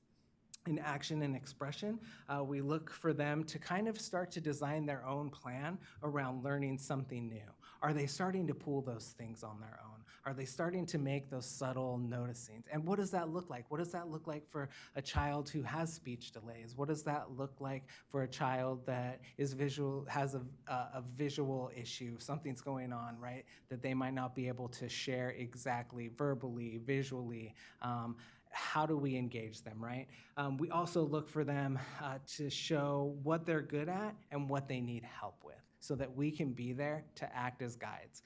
One of the things I tell all my teachers, all the students I teach, is remember that as an early childhood educator, you're not an instructor. You're not there to tell the children what they're doing right and wrong. You're a guide. I also taught preschool for over a decade, and I personally always felt like a Sherpa. And it wasn't just like because I had sticks and rocks in my pockets from whenever we'd go outside and come back in. It was because I was carrying. I was carrying what they had. I was carrying their knowledge and their understanding and remembering to bring out those little things for them. Like, I know that little Ella could have done this, right? So how do I bring this out for her? And that was really important for the educators to understand, that they're carrying that for the children. It makes me a little emotional. I'm trying to hold it in. And so just thinking about what that looks like for them and how they move through that. So that's a little bit about UDL, what that looks like for educators, what that looks like for the children. And now I'm gonna share a couple of videos here to show you a little UDL in action. Let's see what happens here. All right, he said click. We're gonna have an ad. Oh, you're gonna go for it? Hey, you did it. Oh, nice. Oh. There we go. Play.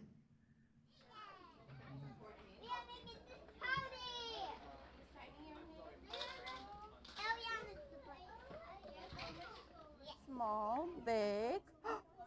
Which one should we make next? Small? Yes, the rolling pin. There is so much involved in teaching, and I love coming into the classroom every day, not knowing what's going to happen actually. Make a ball. Make a ball. Squish it. And also learning from the children. I take every day as an opportunity to learn from them as well as they're learning from us. So now we have the big, small, big, small. You're making a pattern, Aggie. And setting up the environment for them to be capable of learning. What color are your eyes? Blue. Are these eyes blue? I believe every child is capable of learning if they're offered the right opportunities. Take a look. You want to try make it bigger? Yeah, okay. Let's try to make it bigger. We make sure we provide learning opportunities where we have goals in place. Tell Desiree, what's your plan? How many? Oh, this is the arena. What number did you get? 3. How many jokes are you gonna get? We provide learning in a play-based environment. So everything, there's an intention behind it. What picture are you gonna make? You're gonna make a rainbow. That is exciting. We always have an art area set up for children to freely create art and Play-Doh, a lot of the hands-on experiences. Teacher, I made hot chocolate. Loud, loud, louder, louder. And for our gathering or circle time, we always make sure it's pretty short because children at this age, their attention span is not very long, and always include some kind of a movement and music.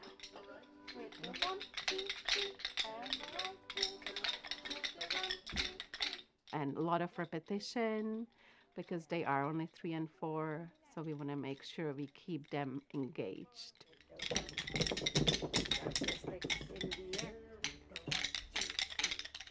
We design everything in our classroom with children in mind. How many legs does everybody on your planet have? 2.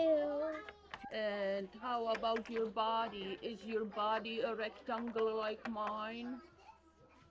No, my body has a square.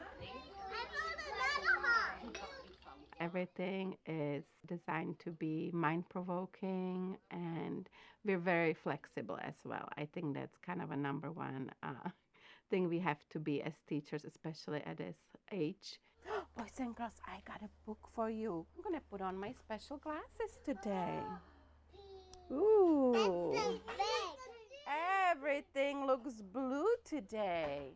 Today I had, even during our gathering time, I had like 5 backup plans just in case things don't go the right way, because you never know what you're gonna get. Some days they're into it, some days they want to dance, and then we have a dance party.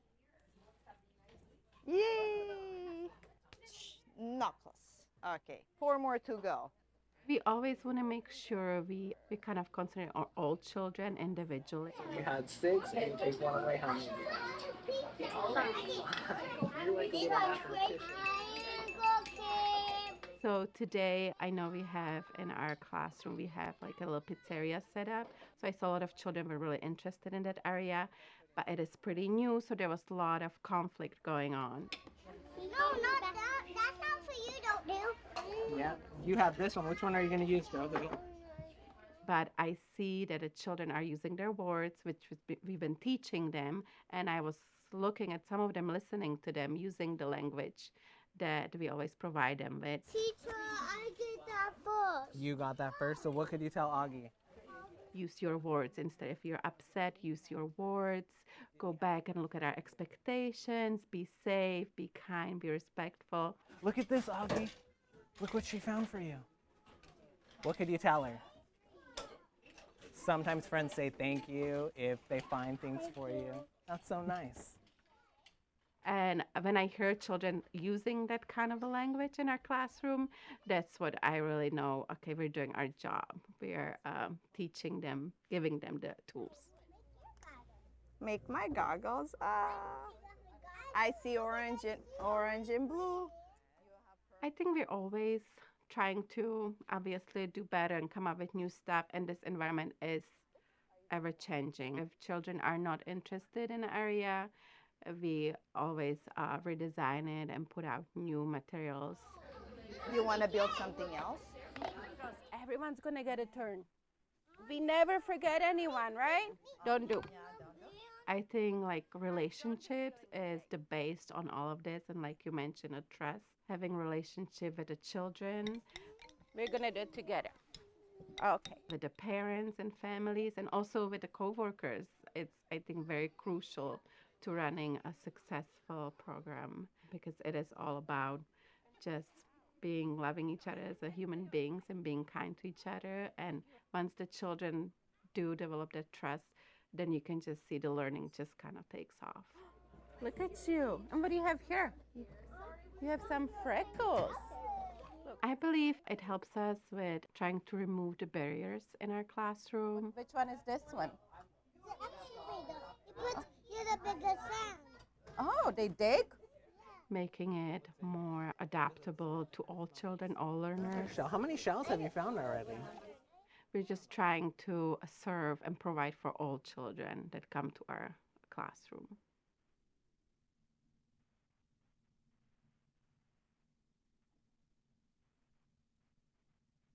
We had lots of partners on here. Bounce me back.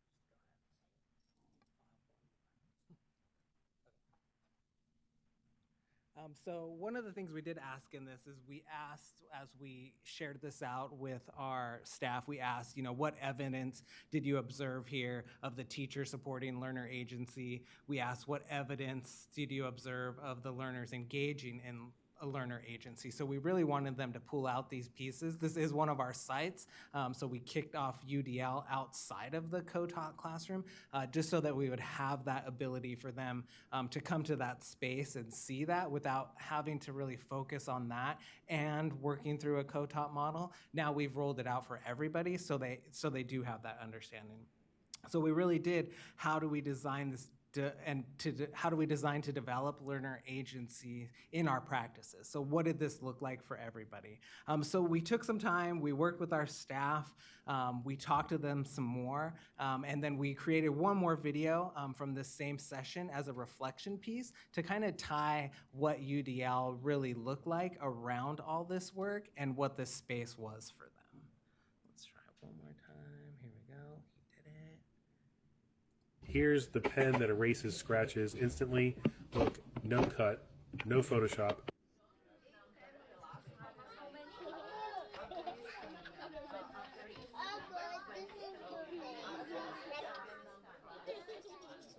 What else would you like on your pizza? I like mushrooms. Mushrooms? 2 mushrooms? In the early childhood education environment, we're doing our best to be inclusive. UDL has really tied that all together. You're making a picture of yourself. Yeah, how many eyes do you have? I have one more. One of the key words that we talk about all the time, intentionality. Everything's kind of designed ahead of time. Like, you don't see it, right? It looks like children are just able to play and move around, but when you look around, you'll start to see the little things, right? You'll start to see the units for measuring. You'll start to see numbers. You'll start to see language. All together, let's see how many all together you have. Have a plan. Think about your castle. The block area is a great example of that because the block area also extends learning. Yeah, what's gonna happen? How do you build higher? How do you build shorter? What happens if you build too high? Cause and effect. Oh no. Let's try something different, okay? These are all things that children utilize later to solve problems. In the air? The step-by-step instructions that they're doing during gathering, or even their day, right? They know what comes next, what comes after. That's algebra. Algebra, you follow a sequence, right? You do something first before you do what's next, before you do what's after to get to that solution and that answer. So that's really what's happening in here. That's that intentionality that's built in. Do you like cheese cube? And whether they remember that it came from preschool or not, it's in their brains, and you've created those connections down to that scientific level of building those synapses and getting their brain to function. What shape is this pizza? Square. A square. Have you ever had a square pizza before? Yeah. Yeah. What UDL does really, it creates this expert learner who's aware of their emotions and their environment and that problem-solving ability. Uh-oh. Well, how do you think we can get it out of there? Do you think this could get wet, though? You got it! And what that does is it kind of reduces those barriers for them, right? So that they don't have to think about how they can solve problems, conflict, or solutions later on. Those barriers have been removed so they can be more engaged in their learning and they can be more focused on their learning. Yay. Wrap them together gently. Wrap them together. I think the preschool classroom is the ideal model for CECL and UDL. It's everything that we talk about from the ground up. It's like allowing the children to be the leader. Which way do you want to go on the book? We were turning the pages this way. It'd be really great to see that extend beyond preschool. Those interactions, we are play-based, and I think that lends to UDL so well because we're looking for children to be expressive. We're looking for them to share their ideas. I need the animals in there. You need animals in there? Let's put them back in. And then that allows us to build on it and grow them even deeper as learners, become expert learners and become lifelong learners as well. What color eyes do I have?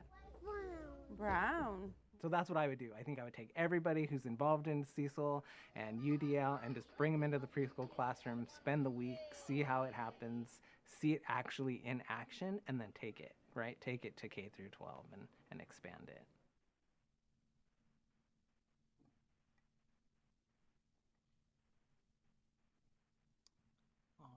So one of the things I just want to share before I turn it over to Ella to share some of her experiences, we presented these videos one of the first times at the CalExE conference symposium that they have every year. And afterwards we got feedback from the audience. They came up and they said, well, we didn't see this as an inclusion. We didn't see the children with special needs in there. And we're like, thank you very much. We appreciate that because that's exactly how it should be. Because they were in there.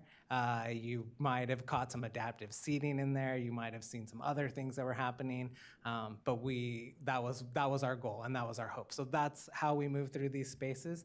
So I appreciate you taking the time to watch those. I'm gonna turn it over to Ella here to share some of her experiences in our classroom.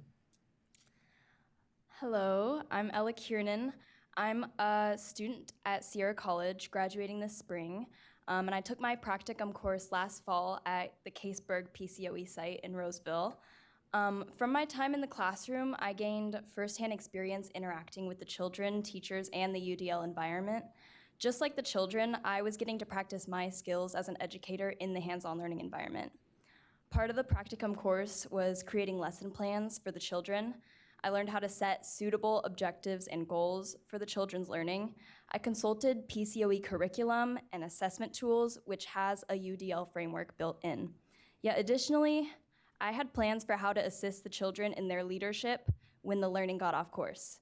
I came to realize that this child-led learning was feedback of what they were interested in, needed extra assistance with, or which process of learning works best for them.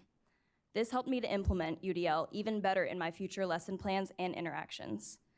Using early childhood assessment tools helped me gain familiarity with observational, age-appropriate assessment, such as photos of a block tower or art projects, or even anecdotal records of things children say that demonstrate their learning. We are able to document the children's action and expression in the most inclusive way possible. This gave me practice looking at play on a deeper level and finding all of the ways that they were expanding their learning.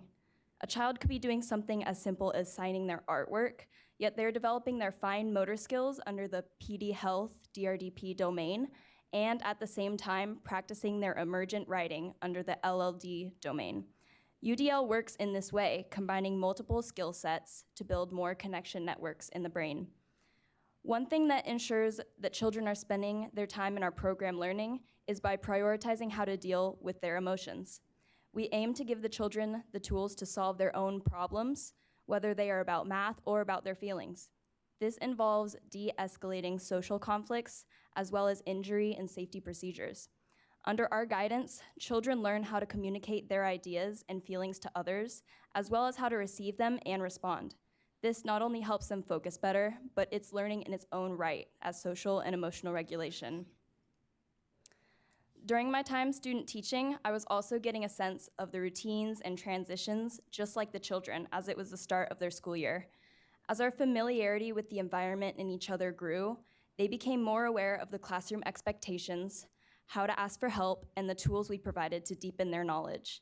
I became more aware of each child's family, learning styles, interests, and more, which helped me include these factors in my teaching approach. PCOE values bringing these strong relationships, or building these strong relationships with the children and the families that we serve. This increases the benefits of UDL as we form a team with parents to communicate about and make plans for their child. Lastly, my practicum course allowed me the experience of collaborating with my coworkers and my mentor teacher. I gained new perspectives and ideas as they provided me feedback, advice, and encouragement on my lesson plans and interactions with the children. Putting all of our heads together to make group decisions for the classroom allowed for an intentional environment. We often discussed our goals and accommodations, or our goals and observations about different children to create preventative measures and create those accommodations to ensure that the children could focus on their learning. All of these factors are things teachers in ECE consider in their approach to helping children learn, and practicing them in the classroom gave me deeper insight than reading about them in textbooks. I was getting my own UDL-based experience by adapting my teaching and interactions to the children. I was building relationships and trust with each child and each coworker, which helped me respond more quickly to unexpected situations by tailoring my solutions. In other words, I had more accuracy in predicting what a child needed and how to help when I had more knowledge of their circumstances. Thank you for your time. I appreciate this opportunity to speak with you. All right, thank you. Thanks, Ella. We're really lucky to have this partnership with Sierra College to bring these students into this space. I would honestly say we hire about 80% of these practicum students because they're in our space, they're taking this time to learn, they're understanding what's happening, and a lot of times, just like myself, they fall in love with what's happening in our classrooms, and they want to come back. Ella was just recently hired as a sub, so she's already on her pathway. Yes. And so she's already on a path to a full-time position. So how do we encourage that? How do we do that?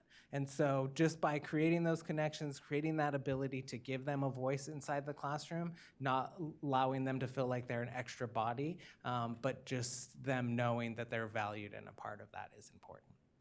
So I'm just going to share a little bit more information about what UDL looks like in the classroom, what tools that children and educators are utilizing in there to create these spaces.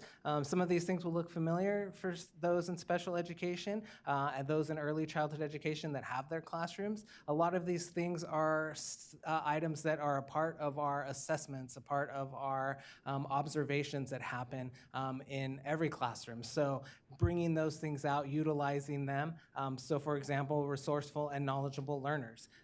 Items such as zones of regulation, visual schedules, PEC systems, center sign-ins, visual expectations, filling charts. All these things, again, I mentioned earlier, mediators are all becoming mediators for children to show their abilities. It's not just words, it's pictures, it's ability for them to pull things off of the wall. You'll see here a fillings wheel. They can come here, the PECS board. Our teachers carry on their, I don't have my badge on, I'm surprised. Usually on their badges, they'll have a copy of these PECs and they'll go through, they'll be there.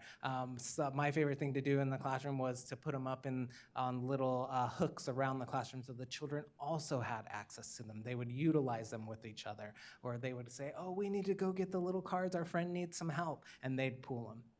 Giving them that ability beyond just the verbal communication to show their knowledge.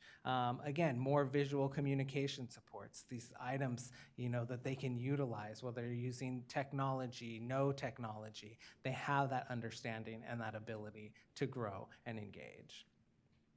For resourceful and knowledgeable learners, we look at a variety of items again. We want this to be rich for children. We want them to have these materials accessible.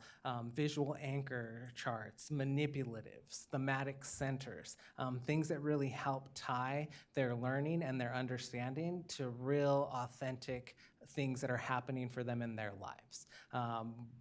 Recently, we had bears at Sierra College. So this mama bear and her 2 cubs came down. I wish I would have put some pictures in here, but they turned into a bear study at that site because they fell in love. They were like, we want to see the bears. Well, when the bear showed up, everybody got in the classroom. Luckily, there was only 5 minutes of class left. But creating those spaces, just like in the middle here, right? We see that kangaroo picture, we see the kangaroo stuffy, and we see the kangaroo word. all those things that they have access to. Children are signing their names in the morning when they come in, regardless of whether they walk up and they don't want to do it, whether they walk up and it's a scribble.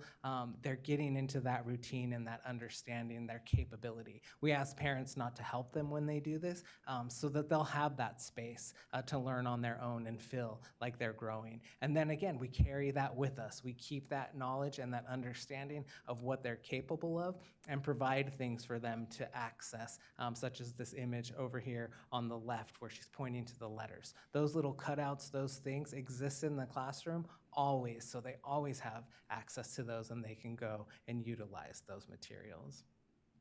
We make sure that things are rich. This is one of our science centers from one of our sites. What you can't see in the zoom in, if we zoomed in, that you can't see what's zoomed out, there's frogs, there's turtles, there's snakes, there's cockroaches, there's worms, there's fish, there's spiders, there's all kinds of things happening in here. So how do we anchor that? How do we get them to this space? More visuals, right? Actual items, toy items, different plants, animals that they can see, that they can experience, stuff that exists in their environment. So again, making it more authentic for them so that there is a connection. It's not just something random that they have no experience with. When we're thinking about creating children that are strategic and goal-directed, we look at them to plan, do, and review. We look at for that reflective conversation. Can they make their own plan something new? The twins here, I love these boys. This is from my class. They were building and they wanted to build higher. They had very limited language. They would communicate with each other in their own language as well. But they knew they wanted to build higher. So they kept telling me, Teacher Daniel, higher. Teacher Daniel, higher. Well, how can we get higher? Luckily, licensing had already been through, and they said, they brought the chair over, and I said, okay, let's talk about this. They wanted to stand on the chair. I mentioned to them, like, yo, we gotta turn the chair around, because look what happens if we have it the other way, and we leaned it was rocking, but we turned the back to the front, now it's rocking, it's a little safer, let's get up here and build together. And so then they started building higher, they started messing with what they could balance, so now we have all this rich mathematics happening in here, regardless of their language abilities, right? Just their understanding, that tactile engagement for them to perceive and understand and problem solve all on their own. They came to me with these ideas. I was just there to help guide them into this space. Again, children doing on their own. Our favorite book in our class was Abby Yo-Yo. So I asked them, you guys what do you want to do with Abby Yo-Yo? We want to build an Abby Yo-Yo. Well, how can we do this? And they said, let's build an Abby Yo-Yo with boxes. And one of the little boys said, my mom, she gets Amazon every day. We have lots of boxes at our house. Like, okay, can you bring some boxes? This was all their plan. My favorite picture is over here on the left. And when you take a look at this, they're having a meeting, right? They are. They're having a meeting. The only thing I did was go get some branches so that we could get arms, because they realized at the end that they didn't have arms. So they said, what could we use as arms? And they asked me, and I was like, I don't know. What do you guys think we could use? And they said, the tree fell in front of the classroom. There's a big branch. Can you go get that for us? So I went and got the branch. We broke it apart. They stuck it in there to make some arms. But they're having a meeting. They're planning out how much tape to use, where should go what. What did they do originally? What was their plan? We put pictures of the book, right, so that they had that ability to engage with each other. Again, building on their own, utilizing their skills and their knowledge. We introduced coding. We were part at Placer County Office of Education. We are part of the Count, Play, Explore, the math grant in California. And we were doing some no-tech coding. And over here on the right, Trevor, he was getting, the idea is that the arrows on the penguins point your penguin without the arrow, where to go. Well, he decided he didn't have enough. But on his own, if you look at the penguin closest to his hand, you'll see he flipped it upside down. because he knew he needed one more arrow to point that direction, but he didn't have them. So on his own, through that understanding, through that engagement, through conversation, through parallel play, he knew he was able to plan and solve and come to these solutions on his own. I walked by and started telling all the teachers, come look what he did. Look what he did. He did this on his own, because they were understanding, right? And they were there. Friends came over to see what he did. So now they had this understanding, and we found this a lot in their play of them starting to flip things upside down or think about how different things happen directionally. So how do we do this, right? How do we continue to do this? How can you all support us in this work? Because this has gone over amazing in our programs. We continue to utilize these pieces. We continue to do this work. We don't have any plans on stopping. So what could you do here at ACSE? So we ask, right, turning policy into practical CSPP guidance, state preschool guidance. Through this commission, right, state recommendations could be translated into clear CSPP-friendly guidance, right, giving teams concrete what this looks like in preschool examples. Expanding access to targeted training and coaching, advocacy can lead to more funding of professional development and coaching supports, helping our educators build real skills within UDL, inclusion, and differentiation, rather than just theory, right? We've seen practices, we have lots of concrete evidence to show how this works. It's getting it to that next step. Strengthening inclusion supports and resources.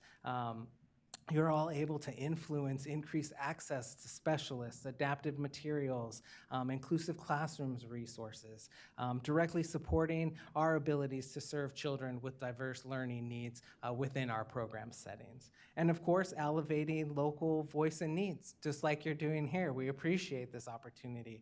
By engaging with your priorities, you're able to help surface real CSPP challenges, ratio, environments, family engagement, leading to more responsive state-level discussions that better support inclusion and UDL in our day-to-day work.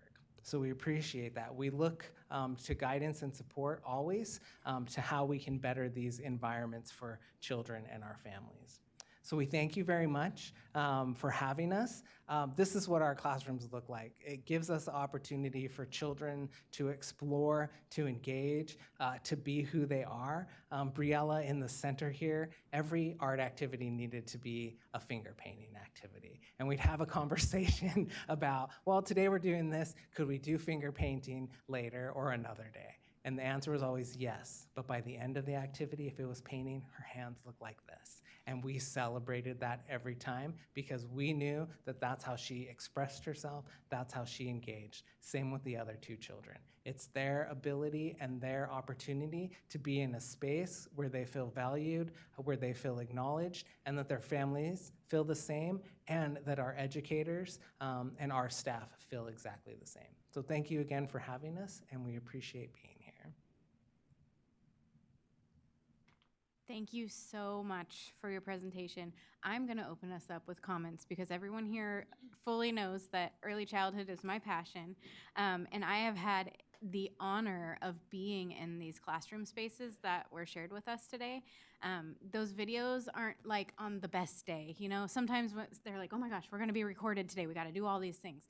That is a normal day in PCOE classrooms. I was in that classroom in specific, and the dramatic play area had been turned into a pizza parlor, and everything from the carpet to the ceiling was pizza related. And I think that that just really speaks to the creativity and the intentionality of the teaching staff and of leadership. This is how we do it at PCOE, and this is why it's so important.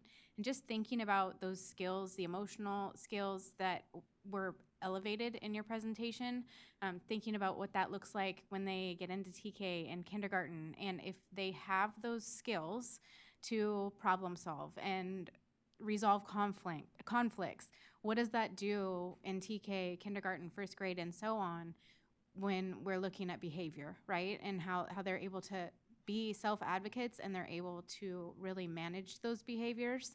So high quality early childhood is often synonymous with inclusion, and I think you all are a very good example of that. And just hearing from you about your experience as a practicum student and how prepared you are now to move forward as a teacher who deeply understands universal design for learning, it's so inspiring and exciting to see something like this happening. So thank you so much. Yeah. Anybody else? Yeah, Russ. Thank you for the presentation and for all the wonderful work that you're doing. I echo a lot of what Vice Chair Snipes had shared. And I do think that when students go through programs that are as well designed as this, we're really setting them up well for future academic success. And I'm curious if you have any data around the outcomes of students who have gone through these great programs and how that might have positively impacted their trajectory. We do. So we since we are a state preschool program, we are required to do the DRDP, so that's our developmental rating scale.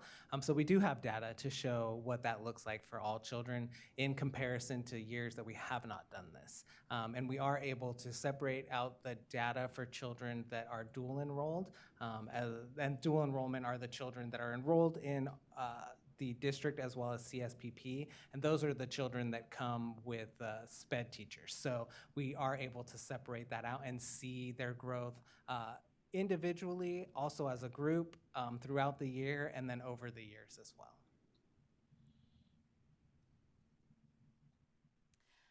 Good afternoon. I'm clearly not Director Heenan. I'm Nora Pearl. I'm a policy administrator in the office, sitting in on her behalf. And I just had to say, one, Ella, congratulations for graduating this spring. And two, your comments after the video I thought were my internal thoughts, which I think if you had shown that video to any early childhood educator as a mom to a 3-year-old, I loved watching that video because that just felt like every single day of my life.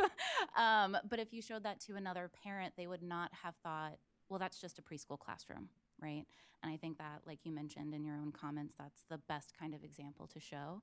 And then lastly, I just had to say, as a local Placer resident, I loved being able to hear this presentation and see this presentation because Sierra College has such a great partnership with not only the county office, but also the other local districts. And it's amazing to see also as a community college graduate myself. That's where I got my start. So thank you.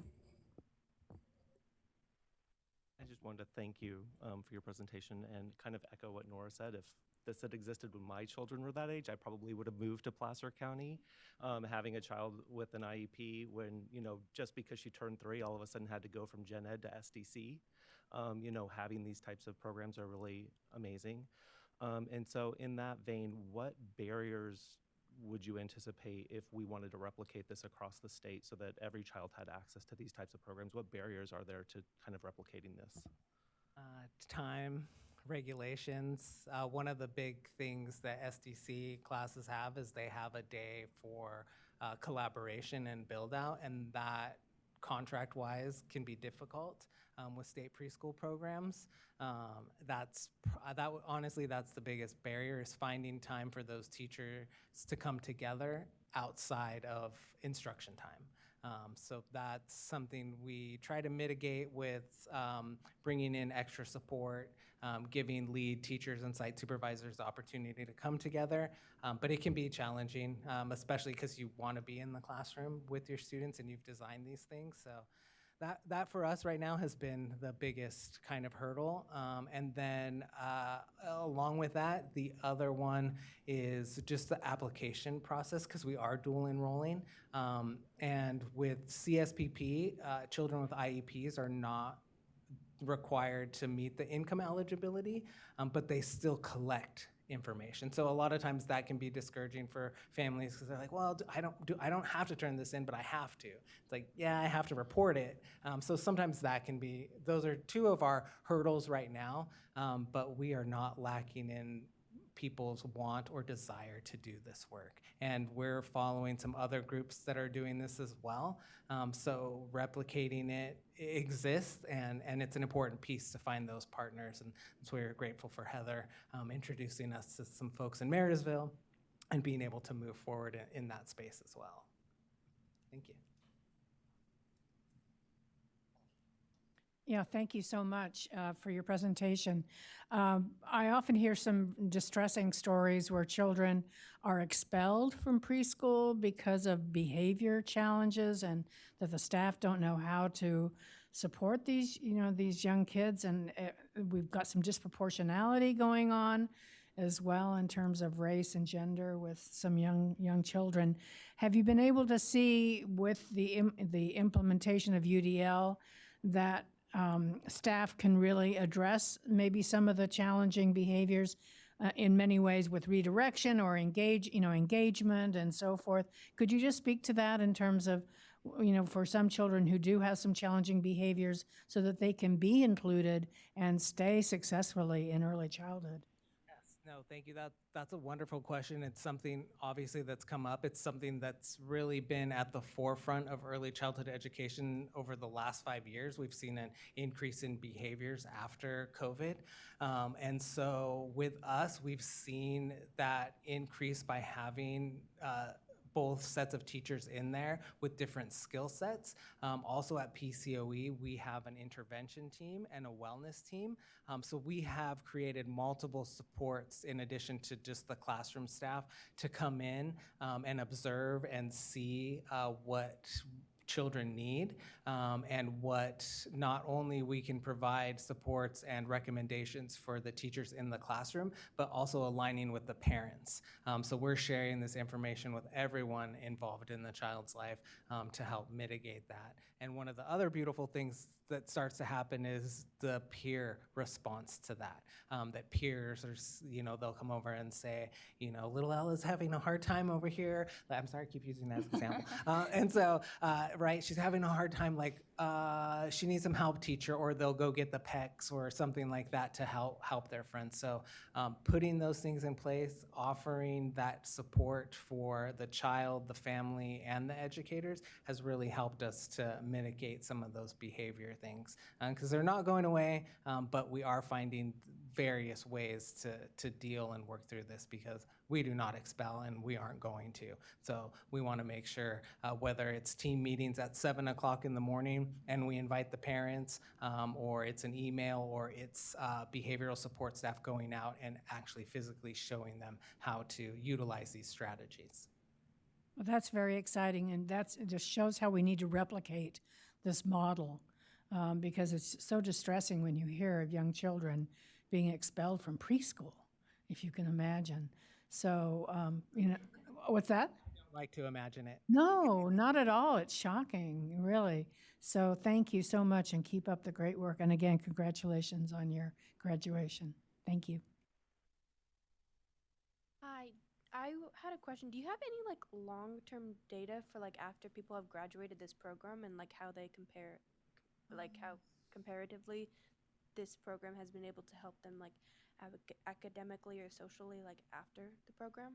We have been in discussion with our district. So one of the districts we are working with primarily is Roseville City. And we've kind of started to look at how we can collect that data after preschool. There's some privacy things that fall into play for us as well, but we're realizing that hopefully with these children being dual enrolled so that they are district children in the CSPP, that we can look at those children later on, but we haven't gotten to that yet. It is on our radar. It is something we want to do because eventually our goal is to have all our sites be inclusive, all our sites on school campuses to be a co-taught inclusive model. We're inclusive already in the other sites because children with IEPs are attending. We're just not co-taught, but our goal is to do that. So it is on our radar. It is something we want to do. We just haven't exactly fine-tuned how that's going to look like around privacy and things like that because we are not the district. We're the County Office of Education. So how do we get that information from the district, and is it okay to start sharing what we have with them? So, of course. Okay. Hi, so looking at, Commissioner Scott, so looking at your video, I can see how some people would question it as far as this just looks like a typical classroom. But I can see how that happens because sometimes when you have typical peers and peers with developmental issue, they tend to, imitate or learn from the typical peers. So I think that's a good thing. And then I noticed you also said that sometimes there's teachers or support staff with them to give the students who need extra support some extra help. I think that's very good. I mean, I've seen it in action at schools that I've been to, that just that extra support and then being with typical peers does help a lot. Been wonderful. Yes, thank you. Do we have any comments from our commissioners online? Okay, we can go ahead with those.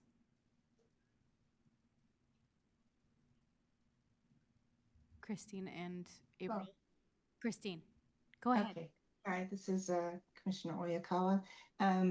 I just wanted to kind of follow up on that comment about how people had said that they could not tell that anything was going on in the classroom, and they didn't recognize any students who might have had special needs. And I think that's beautiful to hear those hear those words. And it reminded me of my daughter when she started TK, and we had a meeting with her TK teacher before school started, and we talked about the various accommodations she would need. And the teacher was like, "Oh, yeah, we do that. That's just good teaching." And so I think it's a really good reminder that, you know, universal design for learning is really universal, and it will really support all these kids. And I think you have done a really good job of showing us how it happens and what it can look like. So thank you. And congratulations also on graduation.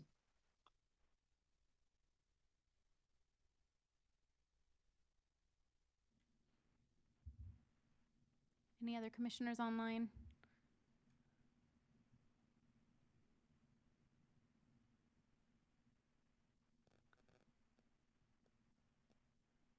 Okay. Seeing no commissioner comments online, we will now move to public comment related to this topic. And so at this time, anyone in the room who has comment is invited to line up. And while we're inviting those in the room, can we please get the public comment slide shown on the screen for anyone who's tuning in virtually?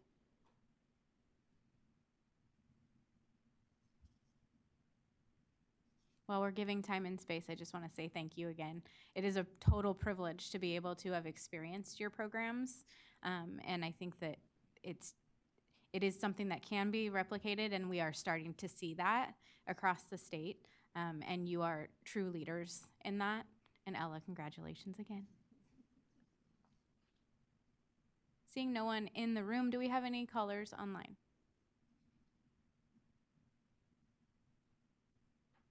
Okay.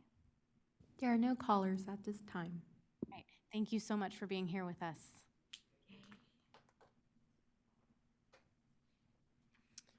Okay, so now we are going to transition into item 5, which is our annual state application under Part B of the Individuals with Disabilities Education Act, IDEA, and Nora will be transitioning up to the podium, so we'll give her just a minute.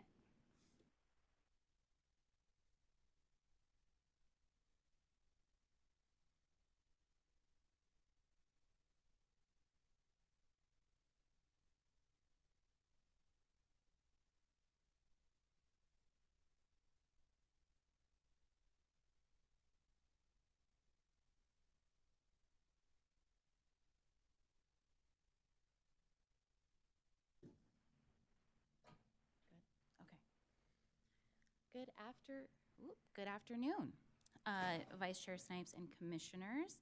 Happy to be in front of you again this year to talk about California's annual state application under the Part B of the Individuals with Disabilities Education Act. Today I'm going to walk through a little bit of our process, go over the application in more detail than you may want or need today, as well as the interactive spreadsheet. So what is the application? The Part B grant application is the way each state receives special education funds from the U.S. Department of Education.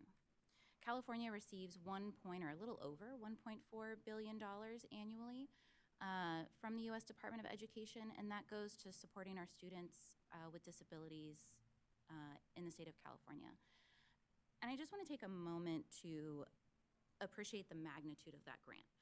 We talk in other presentations from the department that Director Heenan has done, like the APR. We were here earlier this year, I guess October, I think it was. We talk about the magnitude of California, how many students we serve, and how unique that is across the country. And this is just another example of that. California receives the largest grant out of all 50 states and territories. We are the largest by $220 million.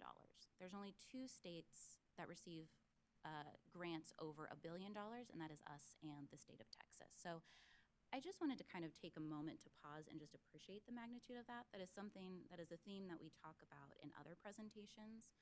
And this is just another example of how unique California is, the students that we serve, and our programming.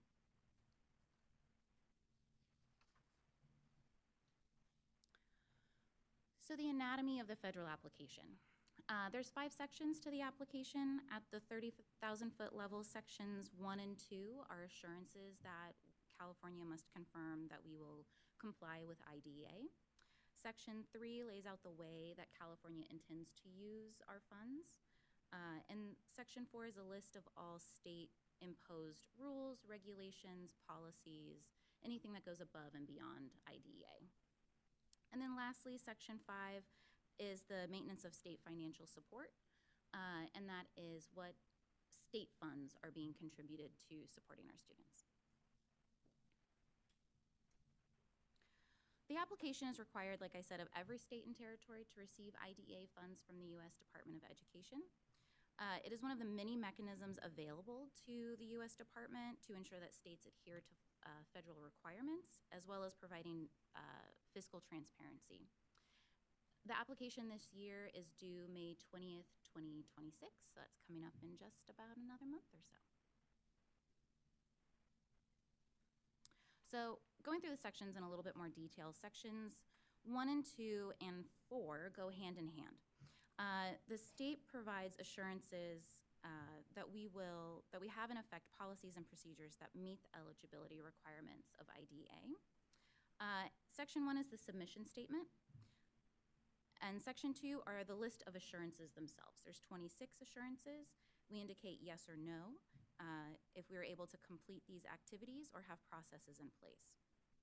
A few examples of these assurances are that California provides a free and appropriate public education for all children residing in the state between the ages of 3 and 21. Children with disabilities and their parents are afforded the procedural safeguards, and one I thought the commission would find particularly interesting, which is the state has established and maintains an advisory panel for the purpose of providing policy guidance with respect to special education and related services. There's only one assurance that California does not select yes. That is Assurance 14, which reads the state educational agency has established and maintains qualifications to ensure that personnel necessary to carry out this part are appropriately and adequately prepared and trained, including those personnel that have content knowledge and skills to serve children with disabilities. Let me explain why that is. As a result of the passage of Every Student Succeeds Act, some provisions of IDEA related to personnel qualifications were amended, and that also affected the assurances, or specifically Assurance 14, as part of the application. In California, at this time, we cannot assure that special education teachers employed in California did not have a special education certification or license requirement that is not waived on an emergency or temporary provision. Therefore, that is why we mark no. At this time, CDE is working with the commission in an ongoing relationship to meet those requirements for that assurance so that moving forward we could select yes. Section 4, as I listed before, is the list of all California rules, regulations, or policies that are not specifically required by IDEA but are state imposed. So what does California do that goes above and beyond? Section 5, and I know I'm going out of order, but I promise I'll get back to Section 3. Section 5 is the maintenance of state financial support. States must provide in whole dollars amount the state financial support made available to special education and related services for children every year. States are required to report this information to ensure that states do not reduce their either total funding or per capita funding for special education. California has consistently met MFS, or Maintenance of Financial Support. Section 3 is how do we engage our educational partners? We have an ongoing relationship and meet frequently with the SELPA organization, with like this presentation for the Advisory Commission on Special Education. We meet with our partners at the Special Education Administrators of County Offices, or SECO, also with our LEAs, as well as that California's legislative budget process is also an open public process, and so that also meets those requirements in terms of engaging our educational partners. There is a secondary document that is submitted within Section 3, and this is referred to as the interactive spreadsheet. We do not yet have allocation tables for federal fiscal year 26. Those are provided to the department by the U.S. Department of Education, and that is once the federal budget is finalized, so it kind of depends on that, and then they send them to us. So because we do not have those yet, OSEP allows us to use the interactive spreadsheet from the previous year until we can update that spreadsheet. So for the purposes of this presentation, the numbers I refer to will be technically from federal fiscal year 25, although we don't expect any changes for federal fiscal year 26.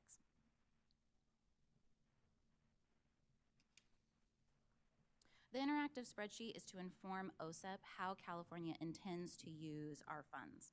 At the top of that spreadsheet lists the entire grant, which for California, as I mentioned before, is a little over $1.4 billion. And there's 3 buckets within that spreadsheet where we describe how to use that money: administrative set-aside, state-level activities, and then the minimum flow-through. The administrative set-aside for California is just a little over $30 million. This pays for things like salaries here at the department, the commission, and part of our OAH contract. Based on the size of our grant, OSEP tells states how much they can set aside for state-level activities. For California, that is $163 million. California has opted to only set aside $134 million for these specific state-level activities, and that $30 million difference goes to our minimum flow-through amount.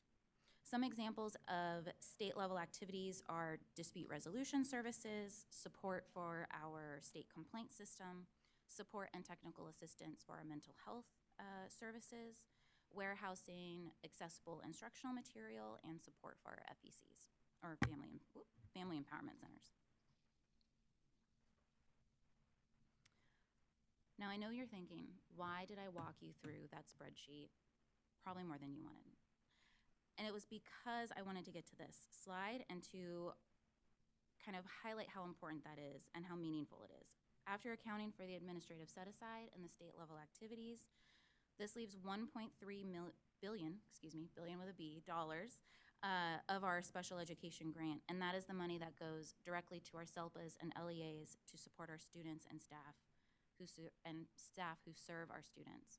So 89% of our grant that we receive from the U.S. Department of Education flows directly to our students.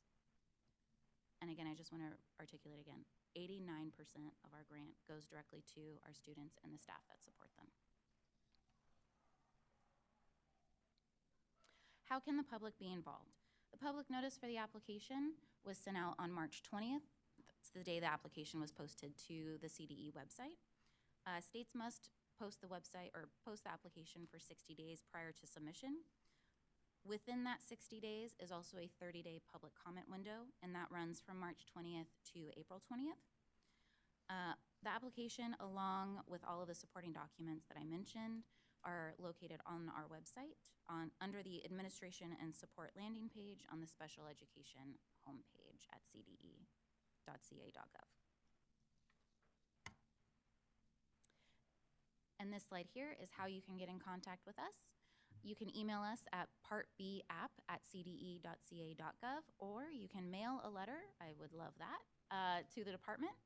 Our address is 1430 N Street, Suite 2401, Sacramento, California, 95814. And I am happy to answer any questions.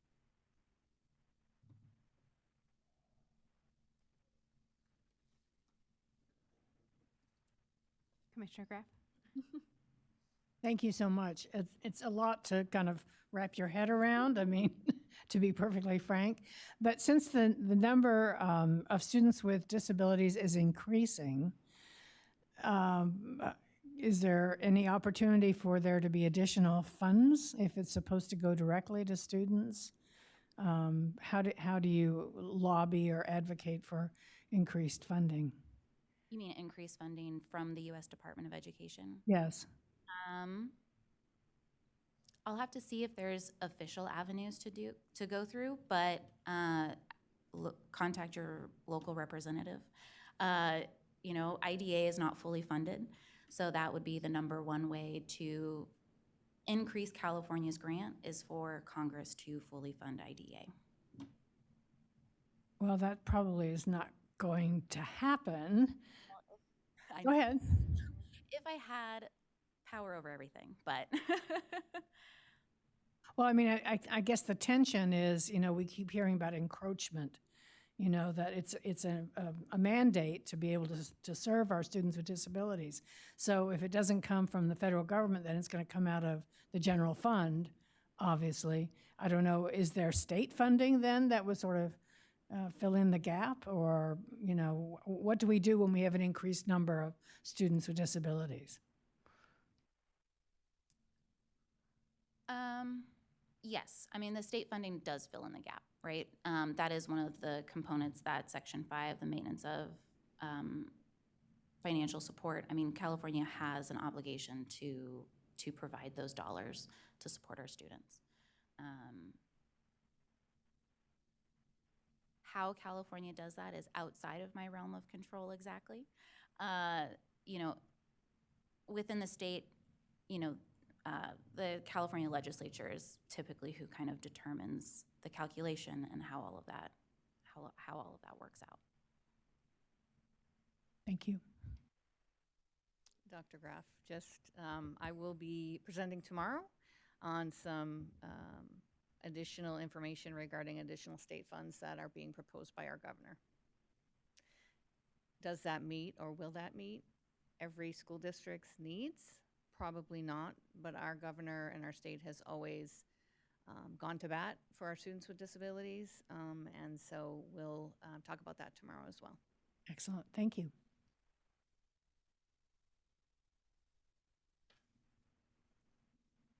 Any other commissioner in the room have any comments, questions? Do we have any commissioners online? Okay, thank you, Nora. Thank you. All right, so now if there's anyone in the room that has any public comment, please feel free to line up now.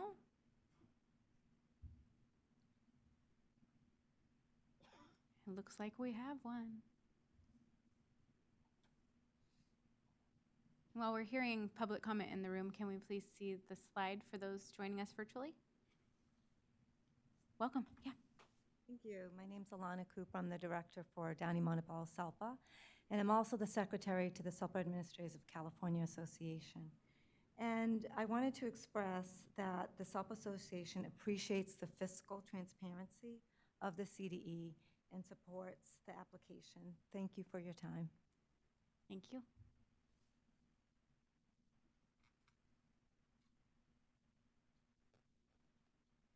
Seeing no other public comment in the room, do we have anyone calling in? There are no callers at this time. Okay. Seeing no callers, we will close that agenda item. We are pretty far ahead of schedule. We have a break that's scheduled for 2:45 to 3, and we're going to move that up. And it's 2:18 now, so I'm going to round up to 2:20, so the math is easier for me. And we'll come back together at 2:35 after our break.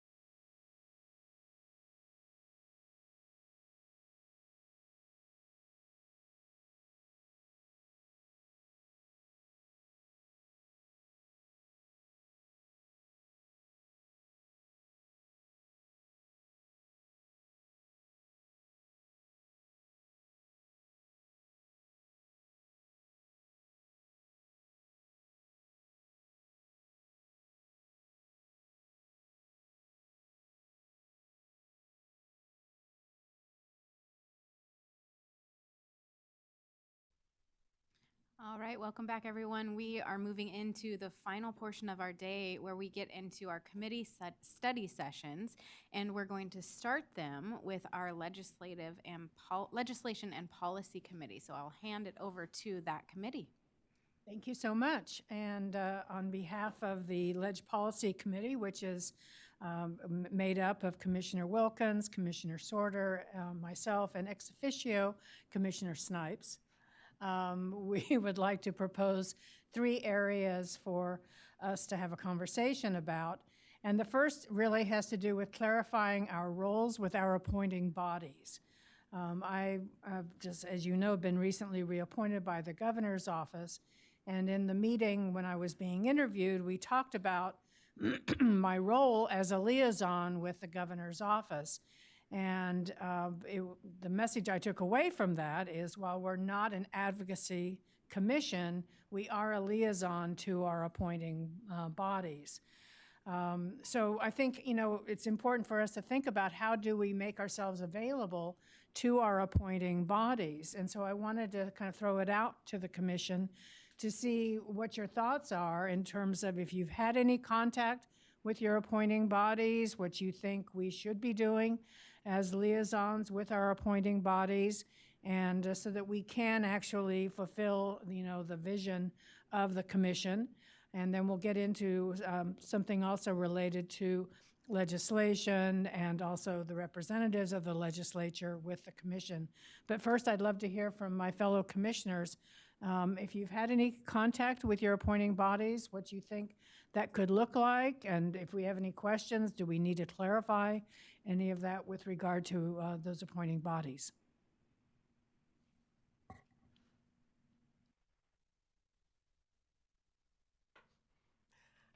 I haven't had any contact, and I think it would be a good idea if we did. Yeah. So who is your appointing body? The Assembly. The Assembly, okay. Very good. Maybe we could just go around and identify who our appointing constituents was. I was appointed by State Board, and so my assumption is that the liaison work is covered there, but happy to do other things too.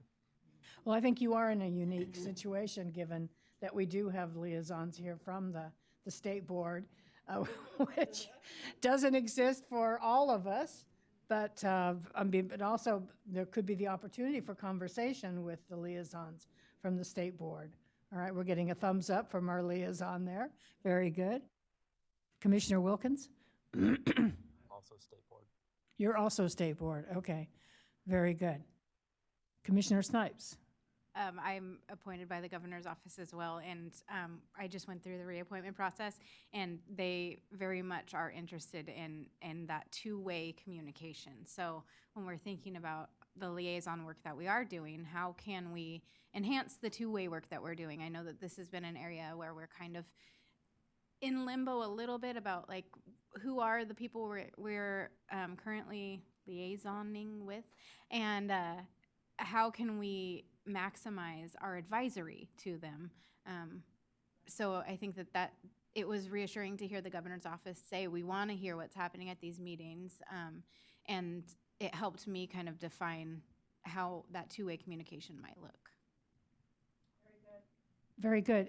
For our commissioners online, could you also identify who your appointing bodies are, and if you have any thoughts or questions about that? I guess I'm on. Sorry, I missed the first part of the question, but I'm appointed by the State Board also. Very good, thank you. Other commissioners? This is Commissioner Hamilton, and I was appointed by the Assembly. And I actually have thought a lot about this over the years, and if there should be more to that kind of, back and forth communication with our appointing body. And I do think it would be good to have that as part of, our work to build that in. And I have also a few different times thought about scheduling a meeting with them when I do come to Sacramento, and I have done that in the past and it has fallen through for one reason or the other. So, but I think that would be great. And I think it would be great as we come up with something like this and to include that in kind of the training for new commissioners in like what that looks like and how we should communicate. And maybe there is a day that we all, you know, are at a meeting and have in-person meetings with our appointing body. You know, we have used to have or attempt to have meetings with legislators, and that has fallen through a lot as well. So just figuring out how we can tie all of these things together and be more impactful, both to our appointing bodies, but also for the legislative process. Thank you so much. I think those of you who were appointed by the state board do have more or less a unique situation in that the representative, the liaison from the state board, always makes a report here at the commission. And so we do have the opportunity to ask questions and ask for clarification and so forth. But maybe for the rest of us, I'll speak for myself with the governor's office, to reach out before our June meeting to have that conversation with, in my case, the governor's office, and maybe those of you who've been appointed by the assembly. I guess we don't have anybody appointed by the Senate. Maybe that was Commissioner Liu, who will not be. All right, I'm getting a thumbs up from Denise about that. So there will be a replacement, I guess, for that slot. But at least those of you who have been appointed by the assembly, if you can reach out and be able to have contact and just let them know that you're available, and we'll kind of go from there, if that's all right, and then we can report back. Commissioner Wilkins? The website says it's Commissioner Ruiz, who's appointed by the Senate. Okay, all right. Very good. Commissioner Liu was appointed by the assembly as well. Okay, very good. Thank you. I think that it's also a good reminder for us all that many of our appointing bodies hold their own types of meetings. So there's, you know, like general assembly meetings, but then they also have like the educational committee meetings, and state board has their meetings. Governor's office puts out information on their website. And so also thinking through how we don't necessarily have to be always touching base with a human person. That's the best, but for us to, a reminder to us that there are other ways that we can engage with our appointing bodies and collect information that could be useful for us in our engagement with them, but also with the information we bring back to the commission. Very good. Speaking of, you know, relationship even with the legislature, we do have two representatives, one from the state Senate and one from the state assembly, who are considered members of the commission. But I think that's something that has kind of gone by the wayside. I did have the opportunity on another visit here in Sacramento about a month ago to meet with the Chief of Staff, Edmundo Cuevas, who is the Chief of Staff for State Senator Sasha Renee Perez. And he's more than willing to come to the meetings. And so we can invite him to come to the June meeting, if at all possible. And in the course of the conversation, it was interesting that his wife is a paraeducator in special education up here in the Sacramento area. So he had great interest in some of the conversation that we were having. The other member is State Assembly member James Gallagher. And so I'll reach out to that person as well, and just to invite them or possibly their staff members to be able to come to the commission, because they actually are members of the commission. So I don't know if there is much communication with those members of the legislature, but we can certainly follow up.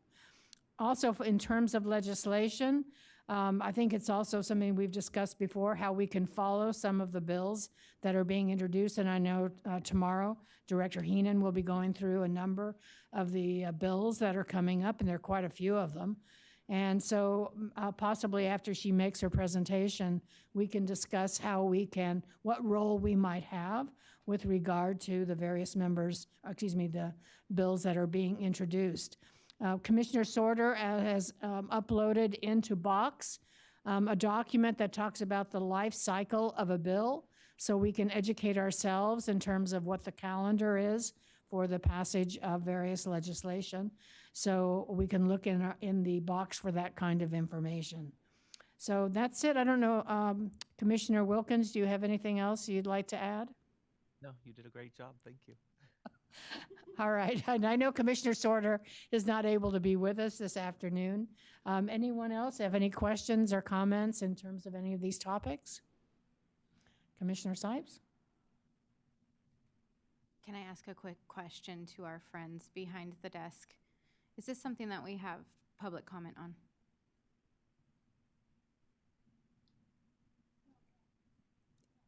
Okay, I just wanted to make sure before yeah, okay. Well, if we have nothing, I see a raised hand online. Commissioner Hamilton. Yes. Go for it. I just was also thinking about, as we wrap our heads around this and kind of think about more how we're going to interact with the appointing bodies, a reminder about some of the tools we already have and how we can utilize those for that outreach and informational purpose for communicating with, specifically the annual report, I think is a really good tool for, initiating a conversation at the very least of, what the previous year looked like for us and what we had done. That's a fantastic idea. Thank you. Okay, so now we can go into public comment directly related to this item. So if there's anyone in the room who has any public comment related to our legislation and policy conversation that we just had, you're more than welcome to line up. The slide is being shown for our virtual participants. The dial-in number is 717-908-1926, and the access code is 1166083, followed by the pound sign. We'll just give a brief pause.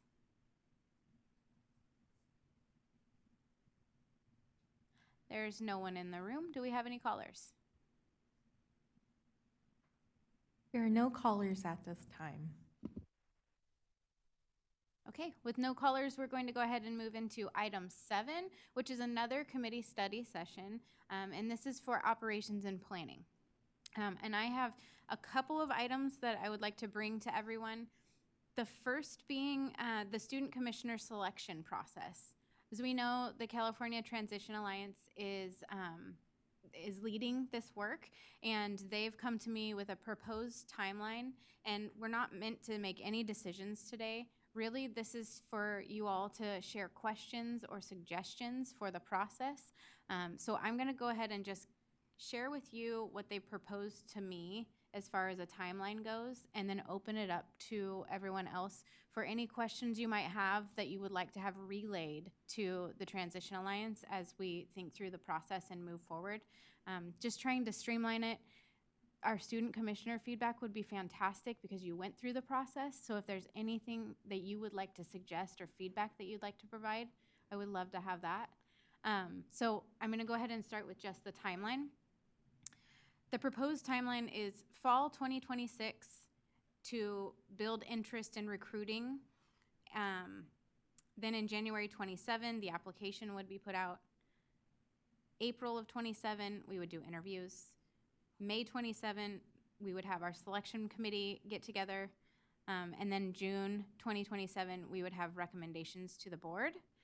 And then our August meeting would be the swearing in of new student commissioners, should there be any.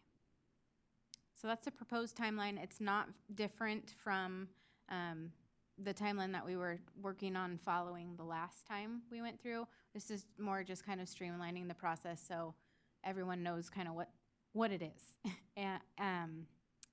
And I think that one of the biggest pieces of the conversation would also be discussing ways to increase outreach and access to the application process so that we have a large pool to pull from that is representative of our state. So with that information shared, does anyone have questions that they would like me to forward on, comments, feedback? This could also be something that we sit on and we think about in between meetings as well. Helena. I just wanted to say that the timeline worked well and I didn't have a problem with it. So. Thank you. I also think it was a good timeline, but the outreach thing, I probably wouldn't have known much about this whole thing unless I went to the California Transition Alliance conference. And then I wouldn't have known that because unless my mom was in special education, which she is, and I feel like all of those things factored into me knowing what this was, but without it, I had like no idea. When I asked like my teachers, I was like, "Hey, what do you think about this?" He's like, "I don't even know what this is," and I was like, "Okay." So I feel like it's not. I don't know how well known it's wanted, but I feel like having more people know or like better like publicizing of it would be better because like I didn't even know what this was, and I normally try and keep up to date with stuff. So I think we run into that just in general with ACSE. What is ACSE?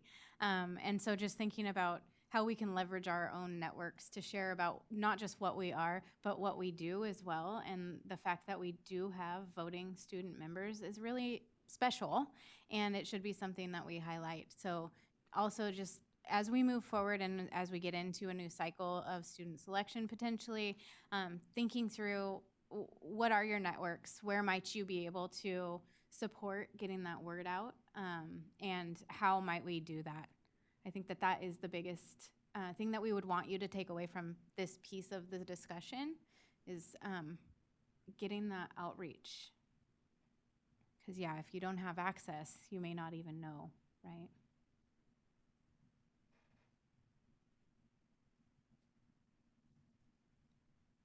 Sorry, I have another question. I'm on an ad hoc committee as my role in the Commission on Women and Girls, and I'm wondering what our role is as student commissioners, and could we be on the policy committee? That is a wonderful question. I am going to forward the question to people with better knowledge of that than me, but we're taking note of that question.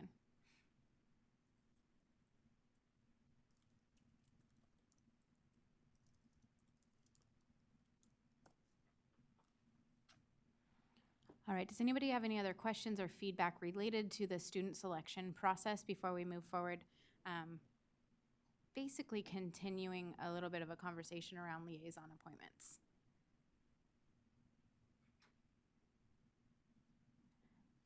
Okay, I don't see anyone's hand raised online. Okay, so let's move forward. Just one more note about liaison assignments.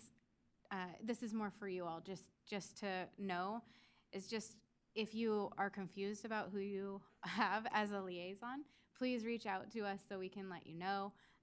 But then also thinking through tomorrow morning, we have our liaison reports as one of our agenda items. Thinking through what you might share for our student commissioners. It can be a conference that you attended, a presentation that you did, a group that you're part of that you'd like to share information about. Anything you think that the commission would like to hear, and anything that you would want to elevate in this space. And then for us, we have assigned liaisons, and some of us may not have any updates, but some of us might. So just also preparing everybody for what we're going to be talking about tomorrow. And please reach out even this evening if you need to say, ooh, who am I? Who is it? Or what should I be sharing? I just want to make sure that everyone is clear on the liaison process, especially since we were able to have the conversation about ways that we can gather information and share information. So I just want to put it out there to everyone that we want to make sure that this process is clear and that it feels meaningful to you all. Does anybody have questions or comments? Yes. Yes, question. So we had put together slides, I think, for the last meeting. Are we going to be using the same slides? Are there new slides? Are there no slides?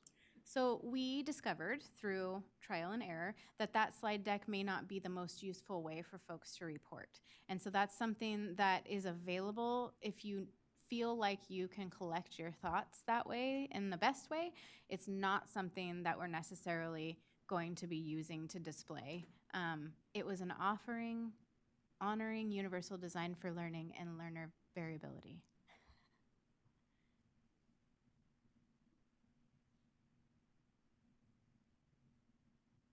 Okay, another short agenda item. We will open it to public comment though. If there is any public comment in the room, please line up And if you're listening in online, now's your time to call.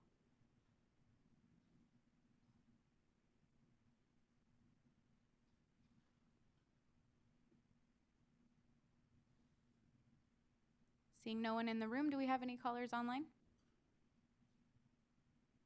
There's no caller at this time. Okay, we are moving right along. We're moving into item 8 now, which is another committee session, and it's going to be maybe the briefest committee session we've ever had in our entire history. We're going to open it up to our Impact Award Committee. Go ahead. It feels like the challenge now. I just need to talk as much as I can.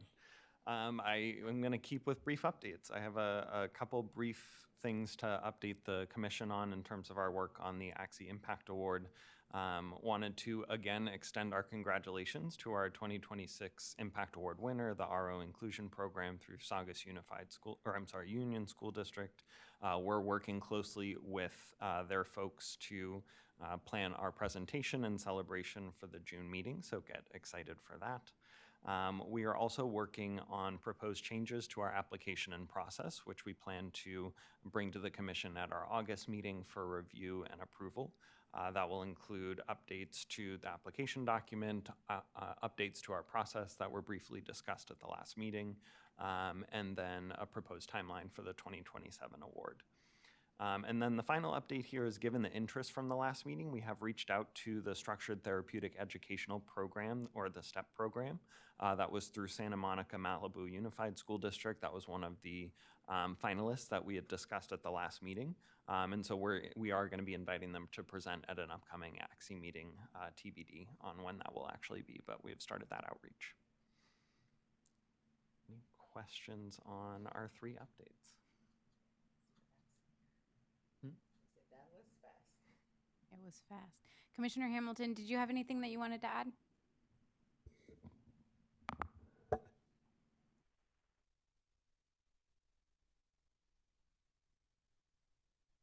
Okay.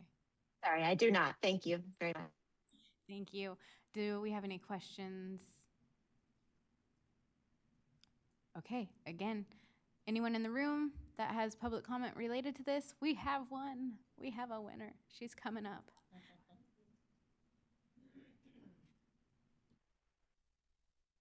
Good afternoon. I'm Kara Shikoski. I'm representing SECO today, and I just wanted to take the opportunity on behalf of SECO to thank the Commission for allowing us to have a small role in the Impact Award.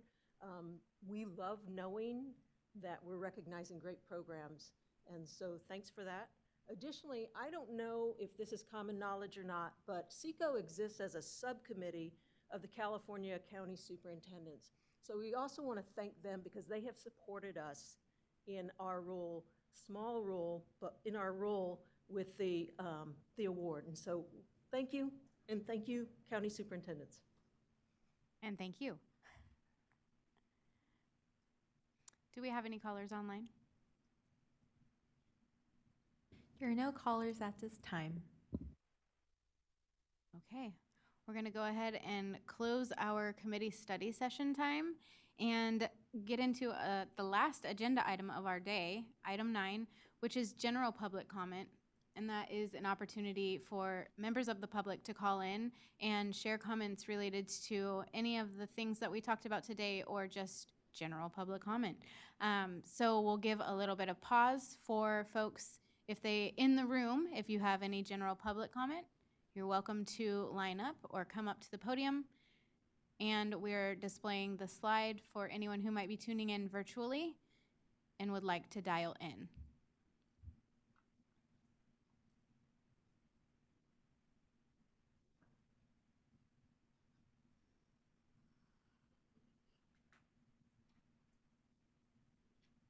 Seeing no one in the room, do we have any callers online? There are no callers at this time. All right, seeing no callers for our last agenda item, we are going to be closing out day 1 of our April ACSE meeting quite early today. I appreciate everyone bearing with me as I stepped in for Chair Notch. We're going to wish her well and maybe she'll be back tomorrow. Thank you, everyone, for a wonderful day, and I hope you have a great evening.